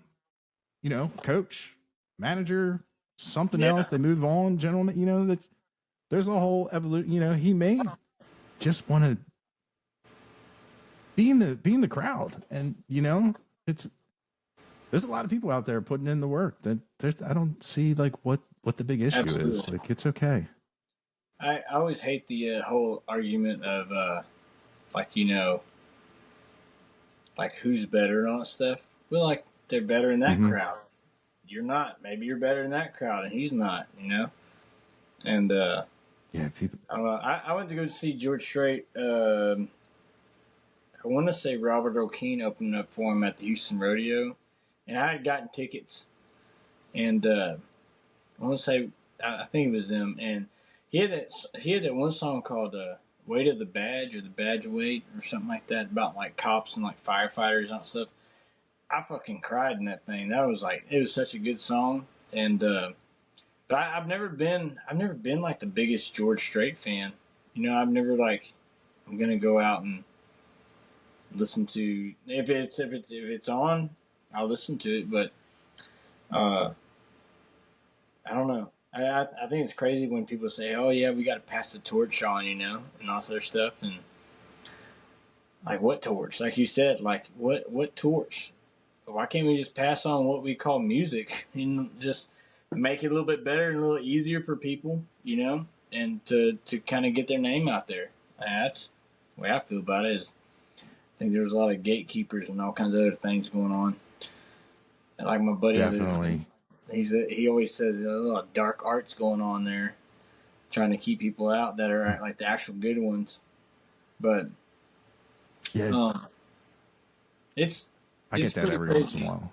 It's pretty crazy. Like, I got so many friends that are probably they're so much better than me, and like if all they need is, I mean, I guess in this day and age, all they need is for a few hundred people to look at their TikTok or their Instagram, and then somebody shares it, somebody does this, and I mean, it just takes one person to do it, and you know, and it's kind of crazy that shit happens. Like, you could have producer, like, I guess in this sense, like, let's say Dave Cobb finds my buddy Reagan, and he's like, "Holy shit, your guitar playing is another level.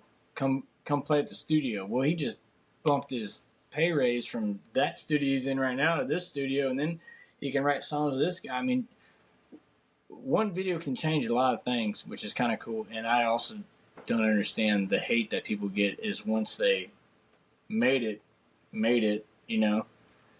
in so-called viral video thing, whatever. How like people can get mad about that because that's what everybody wants, ain't it? So why are you mad that somebody else got it? I mean, I get it. You're mad that somebody else got it, but not you.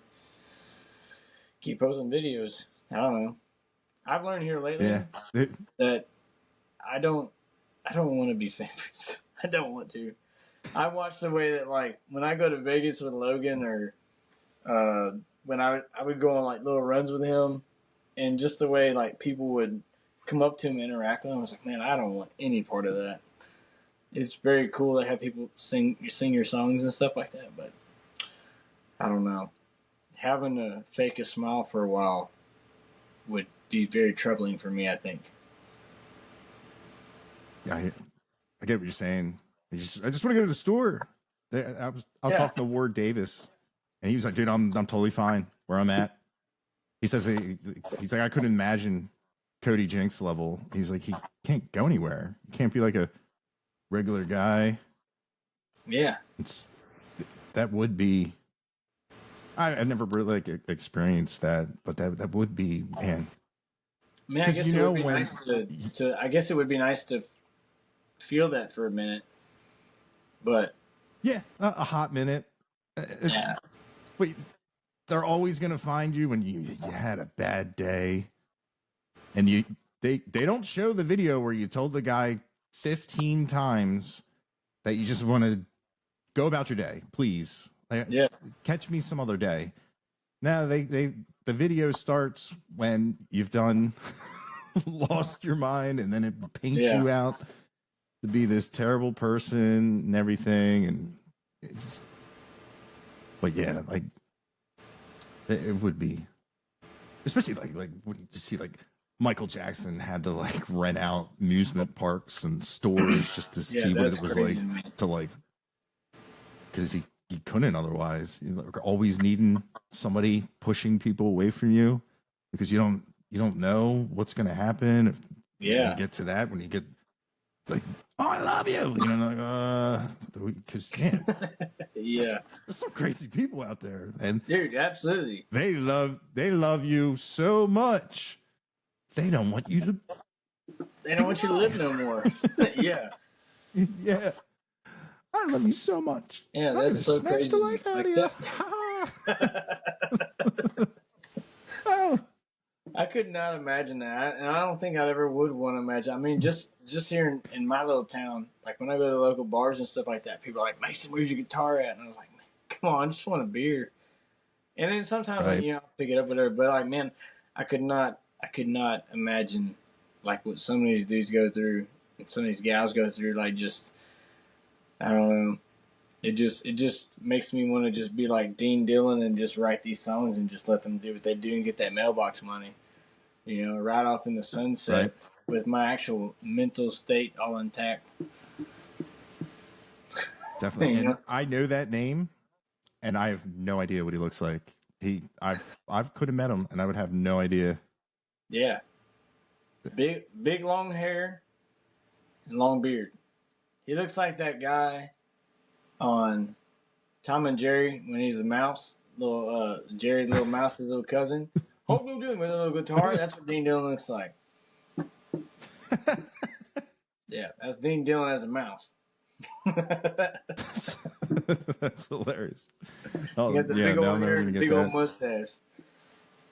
Yeah. That's funny. But yeah, I know you had to bounce.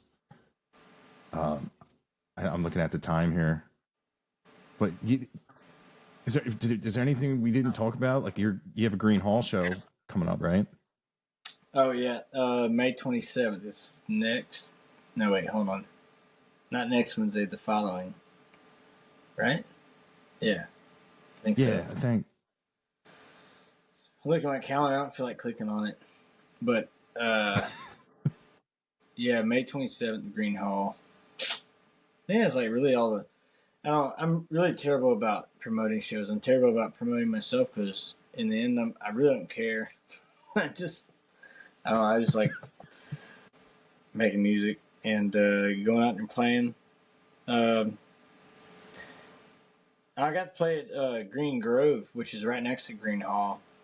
It's like this cool. Man, it's really. I've always wanted to go there, and I've kind of always walked in there, but I've never. It's always been off hours. But man, they do such good stuff for like singer songwriters down there, and I know a bunch of buddies that go down there and play all the time. You would get a kick out of this dude, Cade Isaacson. He's from Idaho, and he was in a heavy metal band at one point. He's from Pocatello, Idaho, I think. He calls it black mud. Not red dirt music, Nice. but the black mud. But he sounds, if you can imagine Eddie Vedder and Kurt Cobain singing, or no, if you can just imagine Eddie Vedder singing Nirvana songs, that's Cade. It's so damn cool. He can yodel. I mean, like nobody's business, and it's. I get so mad every time I watch him because I'm like, this dude is so good. He plays guitar, and he's got the whole drum kit right in front of him, and it's just mad, crazy. I don't know how to explain it, but he's so damn good. But anyways, it gives guys like him that live down there and other songwriters around that area, and anybody who really wants to go. I think they do a Tuesday show down at the Green Grove, like from 7 to 11 or 6 to 10 or something like that, and get your songs out there. And then people always want to hang out in Green, so there's always people willing to listen. Yeah, that's nice. I like places like that. Yeah, it's and if you want to go hang out, yeah. Go. We did the show last Tuesday for that songwriter thing, and next door at Green Hall was Casey Musgraves and Miranda Lambert, which is pretty neat. But it was I don't know, it's pretty cool down there. Yeah, it's funny. I know the venue's name. I've never been there. That's definitely on one on the list to go check out a show. And where you at again? You're up north, right? Delaware. Yeah. You live around like is there I'm thinking Massachusetts, I think. Is there Damascus? Delaware? It's not, or is that nah, not that I know of. I went to this I just thought about this.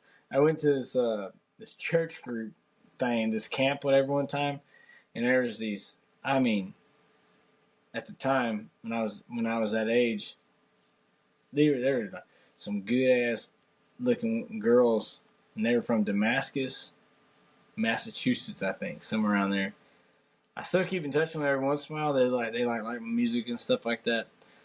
And I don't know.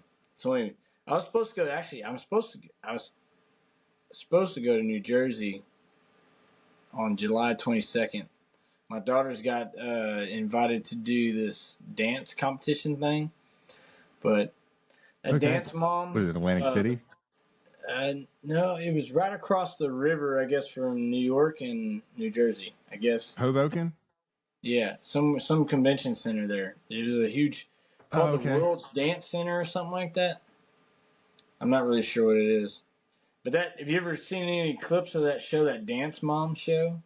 I mean, that's just legit. I mean, all these women are crazy. You know, my daughter's better. So shit. It's so stupid. It's so stupid. Just let them dance. Right? Like Tiger Moms. Yeah, I know. It's supposed to be they fun. yeah, they act like they're trying to be on TV. Yeah, I don't know. Yeah, it's one of the big reasons I don't watch TV. You ever been down to Texas yet? Yeah, a bunch of times. Oh yeah. I probably not as many as I should because I miss a lot. Where have you gone so far? Fort Worth. Oh yeah, Dallas, Decatur, wherever the Gar hole was. Man. Talbot's probably like, you've been here. a lot of time. Yeah. I'm like, yeah, we've been doing, these parties down at the stockyards. We're doing it again at the Rhinestone Saloon. It's at Stocktoberfest where we had like 60 artists. It's crazy the amount of people that show up. And so that's been Chris then. Chris at Rhinestone? Chris. He's like the guy that books all this stuff. I probably do. Yeah, Chris. He's probably like, of course you know me. He's a good ass dude. Yeah, everybody that I got to talk to there, it was our first year doing it there, and I was like emceeing it. And I was just like, dun, dun, dun, dun, dun, dun, just all over the place. It was a lot of stuff came up. We didn't even. That's crazy. No, you watched it? I think I did. I remember I had a few buddies on there. I think, but I know y'all had a live. Did you have a live? Or no, Rhinestone had a live stream on TikTok. I think of it. I think. Yeah, and I didn't know about it. I think because but people were like, yeah, we saw you. I'm like, oh yeah, that's right. I was like, I didn't realize we were live. You know that balcony when you walk up from the streets, right there, you can walk like behind the stage. One night we were standing there, and we seen a lady get hit by a car. It was the craziest shit in the world. This lady walked like, if you can imagine, this is the Rhinestone Street, and this is the other street across, and the four-way is like right here. And this lady walked across the street, and this car just went shoop and just hit her, and she went launched in the air. She landed. I shouldn't laugh, but she was in the middle of the road, and she hit the curb. That's how far that dude sent her, and just left. And the cops ended up finding him. It was nuts. Me and Logan, Ryan's drummer Brent, were like waving down people, like stop. It was nuts, dude.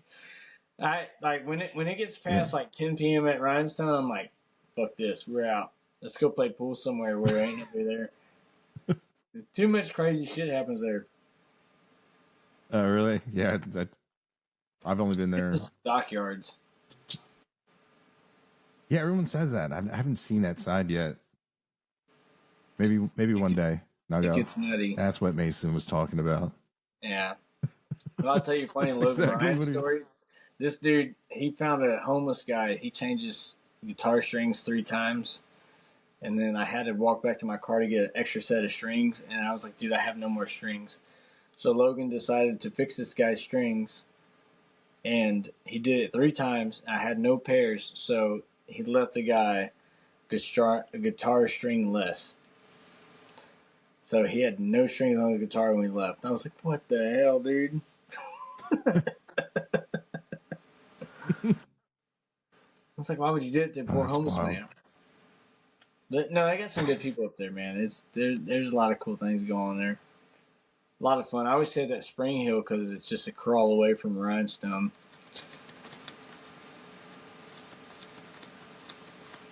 Yeah, we used to do that at the White Elephant, but it got too big.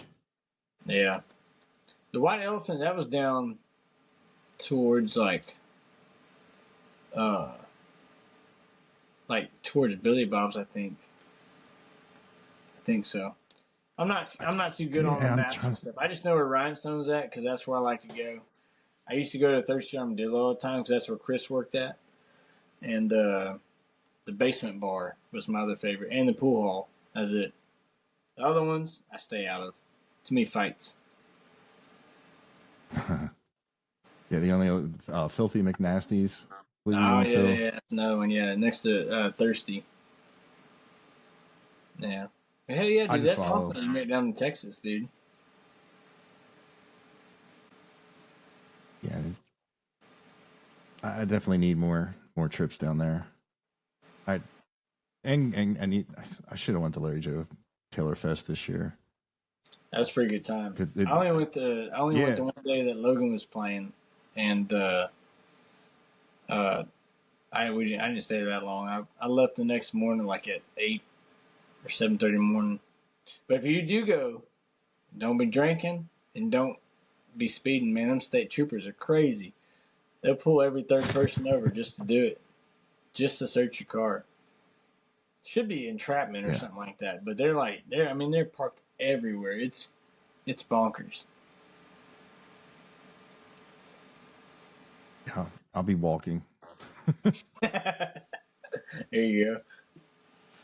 Hell yeah. Y'all got Hell any yeah. of that? But Y'all yeah, got any of that rock the country stuff coming toward y'all's area? Rock the Country. It's with like Is Kid that with Rock and all that.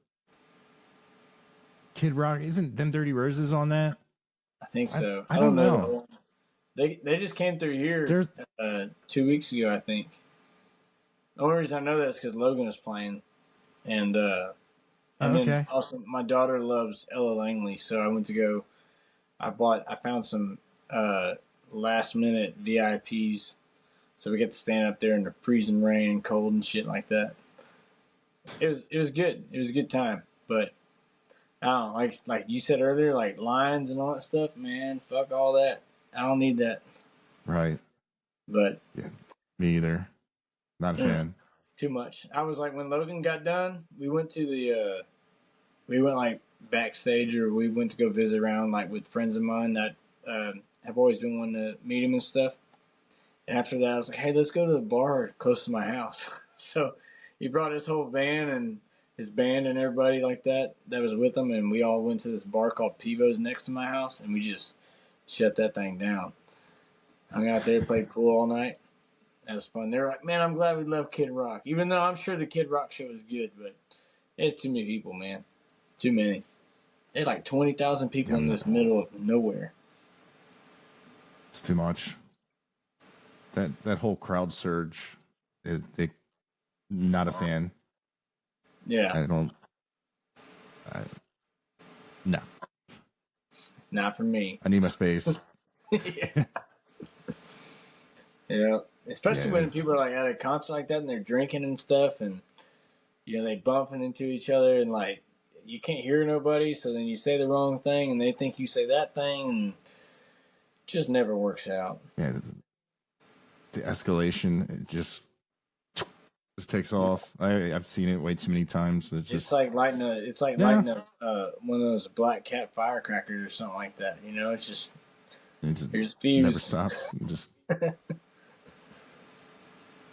Yeah, smaller shows, even medium size, I'll go to them. But those big arena, no. And maybe for Ghost. That's Ghost? it. Other than that, yeah, Like what it's you just mean? like this. Actual Ghost, or like is there a band called Ghost? There's a band called Ghost, and they apparently like I don't know. Do you know who Rammstein is? Are they the guys that dress up in the devilish stuff and they yell and scream German stuff? Yes. They have like a very very theatrical show. Yeah, the main guy is I'd like go see bald and them. he's dun, dun, dun, dun, whatever. I think that's them. I Yeah. watched a video of them today. Yeah, like their show looks amazing, but Ghost is they call themselves like a 4D, 3D death metal band. It's Interesting. like the lead singer's the Satanic Pope or Papa Yeah. Emeritus, and it's just they wear like mask, and the guitar player, the band is the Nameless Ghouls. It just kind of like an Iron Maiden-ish type thing. They don't scream. It's actually the vocals are very smooth, which I can play it in the car if I'm driving my mom somewhere, and she'd be like, "Oh, I like these guys." I'm like, "No, until you see them." Yeah. Until you see them. Yeah, which goes hand in hand with for a talent show. My dad suggested we should play Marilyn Manson, the dope show. I'm like, Dad, are Are you sure? Do you just want me to constantly be suspended? He's like, it's got a cool beat. I'm like, nah, yeah. How about no? But yeah, like a big theatrical, because I never got to see like the Pink Floyd The Wall type S thing, and I would like to see a band that puts in stuff like that. Like Co Wetzel had a great pyrotechnics and stuff, and it's just that adds to the experience. And I've never seen that done on like a gigantic scale where like Rammstein, they shoot the rockets into the pillars and it shoots back and it lights the stage on fire and the singer catches on fire, and it's just I mean, I don't know what the hell they're saying, so might as well put on a good looking show. Well, yeah. Is there any time like did your attitude towards crowds change the older you got? Or like is there any scenario where you can see yourself at Woodstock or something like that? Like with thousands of people like that? I had a chance to go to Woodstock, and I'm so glad I didn't. My friend was like, I made fun of you for not going, but you were so lucky you didn't go. Yeah, and, I hear all these good stories, and then like I hear more bad stories. Like there's no bathrooms, people were shitting everywhere, and all this stuff like that. It's terrible. That's eventually why they set all the fires. But man, with crowds, I guess the last big show, I saw Zach Bryan at the Texas Motor Speedway. There's a lot of people for that. That's the one north of Dallas and Fort Worth. I guess whatever the Texas Motor Speedway. Going up your way to Oklahoma, I believe.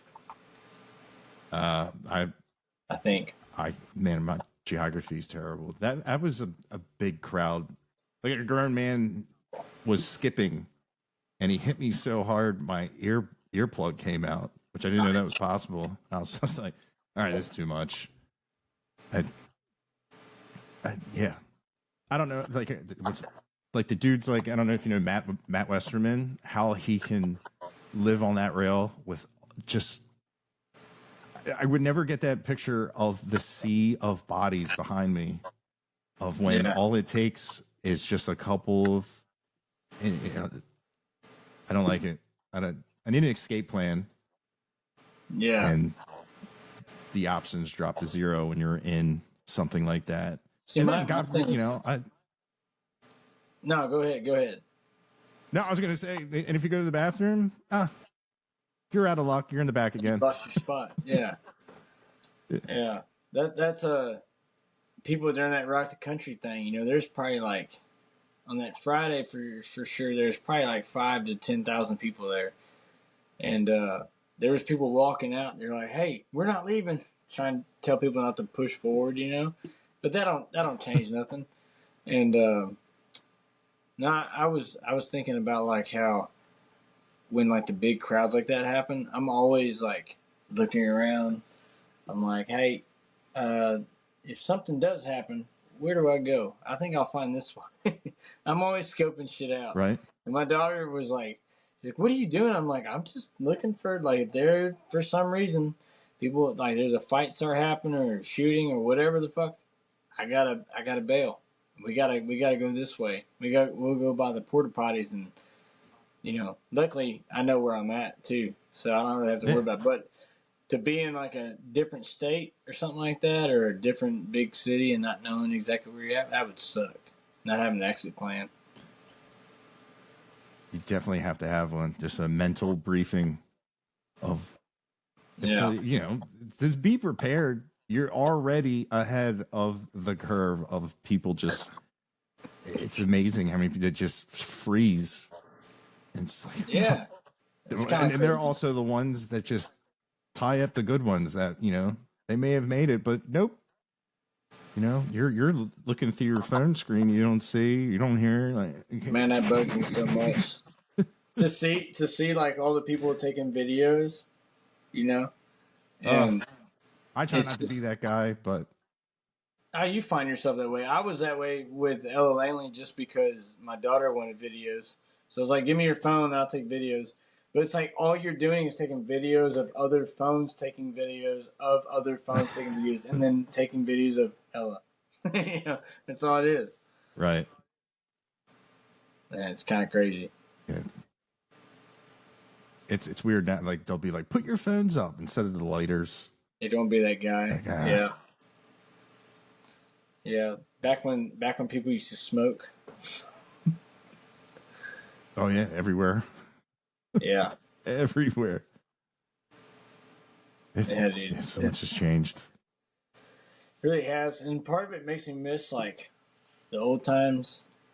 Like, I know a lot of things are good, but there's a lot of things that were better. Maybe it's just because, the whole phrase ignorance is bliss. But like I just remember, back when people smoked cigarettes, everybody was so happy, and now it's like people are on pills. And it's illegal to have weed on you and all this other shit in certain states, and people are fighting over dumbass shit. And I don't know what I had a buddy of mine tell me the other day. He was like, I want to live in another era. I was like, why would you want to do that? What era? And he's like, probably like before the 1900s. I was like, you idiot.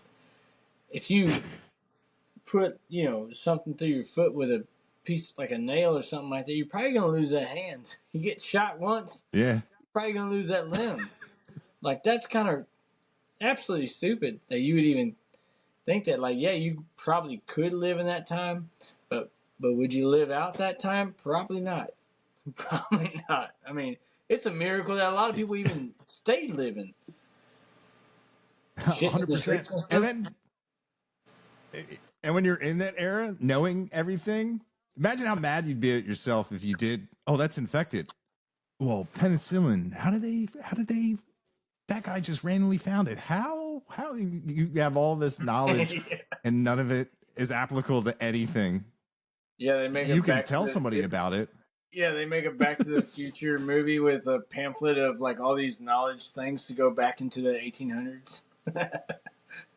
Like, hey. Just so you know, penicillin was found by fungus and all these other things, and we just have to put that on there. I think so. I don't know. I could be wrong. Where do we find this? I don't know. But I am telling you. We have to find an orange and let it mold.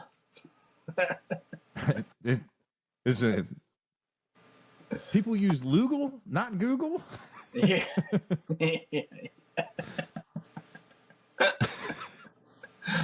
Oh man, I changed some things. Yeah, well, dude, you could invent a lot of things that could make your family rich and stuff like that. But I thought about this one time. I told this to my buddy of mine. I was driving a dump truck one day, and we have a property in Columbus where it has a high game fence on it. So like, and we put like all this chicken wire and all this other hog wire around it. And anyways, there's a turtle going down the road, and I texted my buddy, and this is like a high moment without being high. I was like, do you think I would change the course of life if I took that turtle and put him over the fence? And now that turtle's mad at me because that wasn't the direction he was going.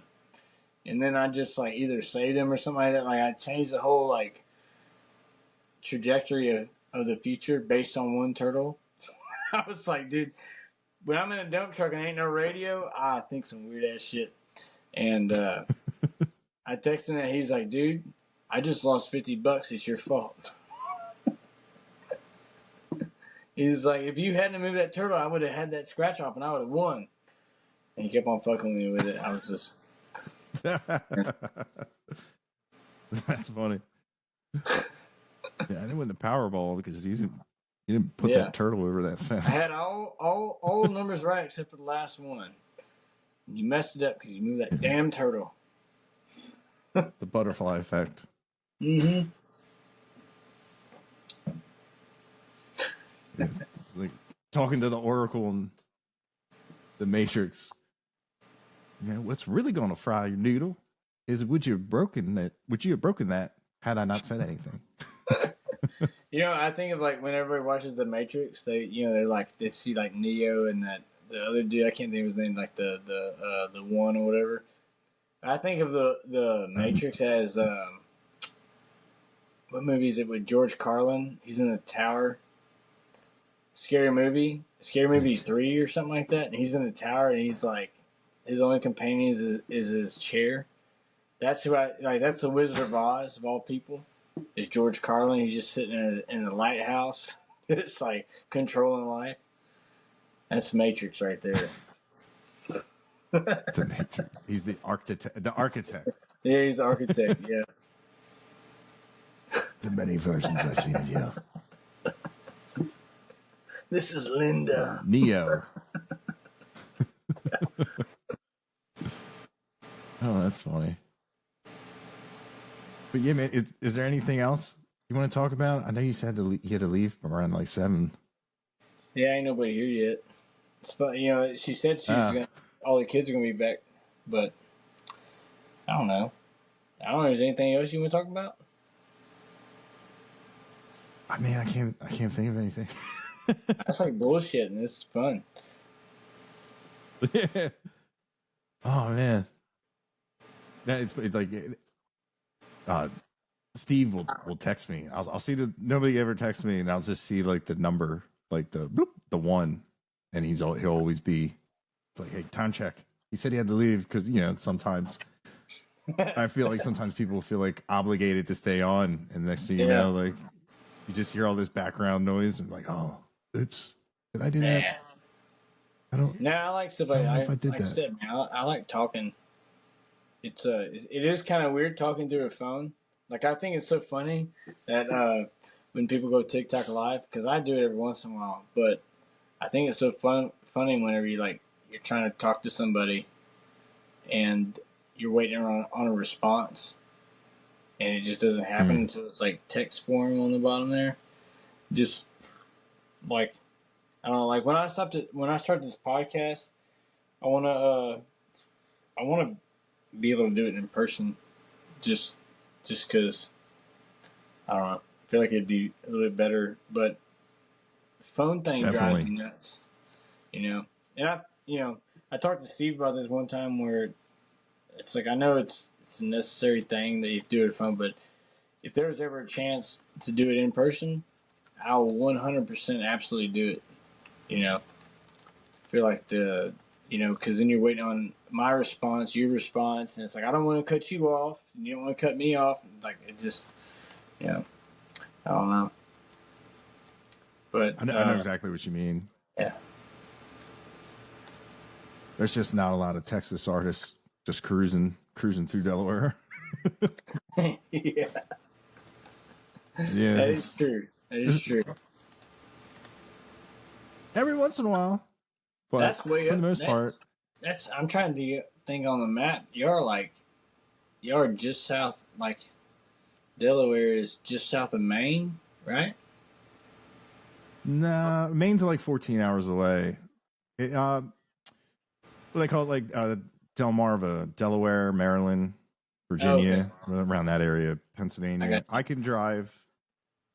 If like 10, 15 minutes away, I can drive through Delaware, PA, and Maryland all in one shot.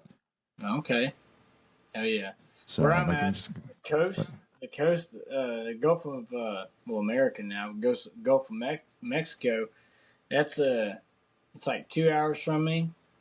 And if I drive like north to like say Fort Worth or Amarillo is 8 hours away from me. If I go to Beaumont toward Louisiana, to get to Louisiana is about 3.5 or 4. And if I want to go on like the bottom tip of Texas, To go to South Padre Island, it's like I think 8.5 hours. It's a lot of driving. El Paso's like 9 hours, I believe. What's crazy is I have a lot of my shows in like Stephenville and Fort Worth area, and that's a haul. That's like 4.5 hours. But I try going to my father-in-law's house in Colorado. He lives like just south of Denver, so if I could, I'll make it to Amarillo, and then from there we'll go to Manitou Springs, Colorado Springs, and it's quite the haul. A lot of driving. Yeah, I found a lot of Texans do a lot of driving. Lots of driving. I don't mind it either. I used to, when I was a kid, my brother played Little League baseball for like the Little League World Series stuff. And so we go to Missouri every once in a while. We go to Steamboat Springs for the Little League thing. I'm trying to think where else. I was like 15. No, just turned 15 maybe, or just before 15. And I would drive all the way to Missouri with my dad. And we drink Red Bulls and eat sunflower seeds. But that was before I knew Red Bulls were bad for you. And yeah, Dad got all hopped up on that shit. But yeah, we used to drive everywhere. And I've been driving long, like, so when we drive dump trucks and shit like that, like, man, we go everywhere. And I don't know, I like driving. Gives you time to listen to podcasts, gives you like a lot of time to listen to music, and or just silent. I don't know. It's always fun. Definitely, I'm like half and half. Sometimes, Yeah. sometimes I like to be with my thoughts, and sometimes a lot of time I'll listen to when I have people coming up on the podcast. That's all I'll listen to in the car.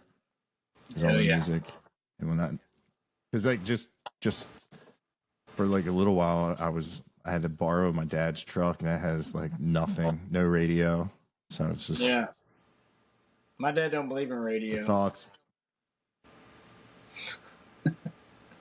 Just that was the first thing my dad did. My first car is he took the radio out. He said, "You gonna learn how to drive." It said, yeah, you gotta learn anything. You gotta listen to the engine. You gotta listen to your tires. You gotta listen to how the AC works and all this other stuff. Yeah, I know that part. I have an old car. I don't want to listen to any of that. I'd be driving in fear.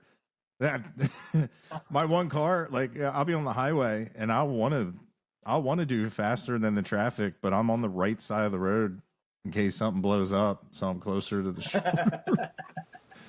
I'm just like, nah, I don't want to be in the left hand lane. And hey, when I had some of these, when I had COVID, I guess it was like end of 2020, and I was driving down the road, and my smell, like all my smell went gone, and my taste and all that stuff for a few weeks.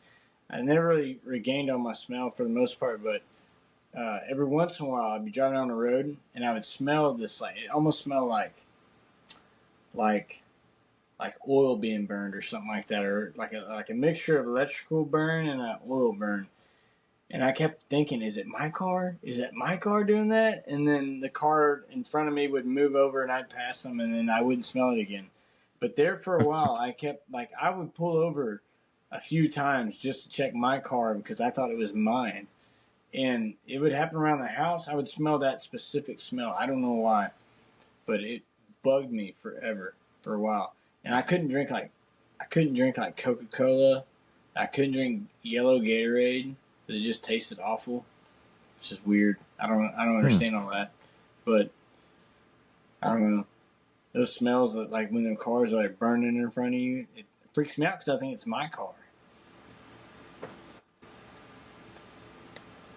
I had a similar thing. I was driving and I look over, there's this older car, and I'm like, man, this thing sounds terrible. Then it sped off and the sound was still there. And I was like, oh man, it's me. And then I get on the highway and people are like, I'm like, oh my God, what's going on? And I look back and I just see all these sparks shooting. My exhaust had fell. I guess the weld broke, and man. And I had all these like they have like a plastic a shopping bag ban. So I have like those bags that you can just bring to the store and reuse. And I had tied them all up. Went home, fixed it like the Coke can method, with just making that and putting sleeves on it. It fell off the next day. And I was just like, oh, that can't be the same thing. Yeah, nothing. It's just and it's like people were like be coming in my house. They're like, dude, what is that? I'm like, that's the exhaust to my car. Like it fell off. Like, it can't be put back on. Yeah. And finally I got it put back on. I actually took it to somebody that actually knew what the hell they're doing. And they're like, you know, guess this fell off before. I'm like, oh, how can you tell? You know, the road rash. Oh yeah. Well, yeah. So they just got back. So I guess how long have we been on? 2 hours or something. It's about two. Yeah. Well, I appreciate Time it, man. flies. Yeah, dude. Yeah, dude. Thanks for hopping on. Absolutely, dude. Yeah, dude. It's definitely had fun talking to you. Yeah, man. I appreciate it, dude. I know we didn't talk much music, but we're gonna do it next time. Yeah. Next, we are here with the artist, just the artist. Yeah. Yeah, we'll definitely do it. Yeah, we'll set something up with Talbot and everything, and get that down the books. Plus, I have to pee really bad. I drank like 4 beers or 5 beers. Dude, I'm right there with you. And So, call it tea so I can go pee real quick. Yeah. So yeah, man, dude, enjoy the rest of your night. Yeah, dude, absolutely, And man. I'll talk to you. Appreciate it. Oh yeah. Mm-hmm. Yeah, if you ever need anything, just hit me up. Will do. Will do. All right, bud. All right, man. Well, you can run to the bathroom. See ya. I'll see you.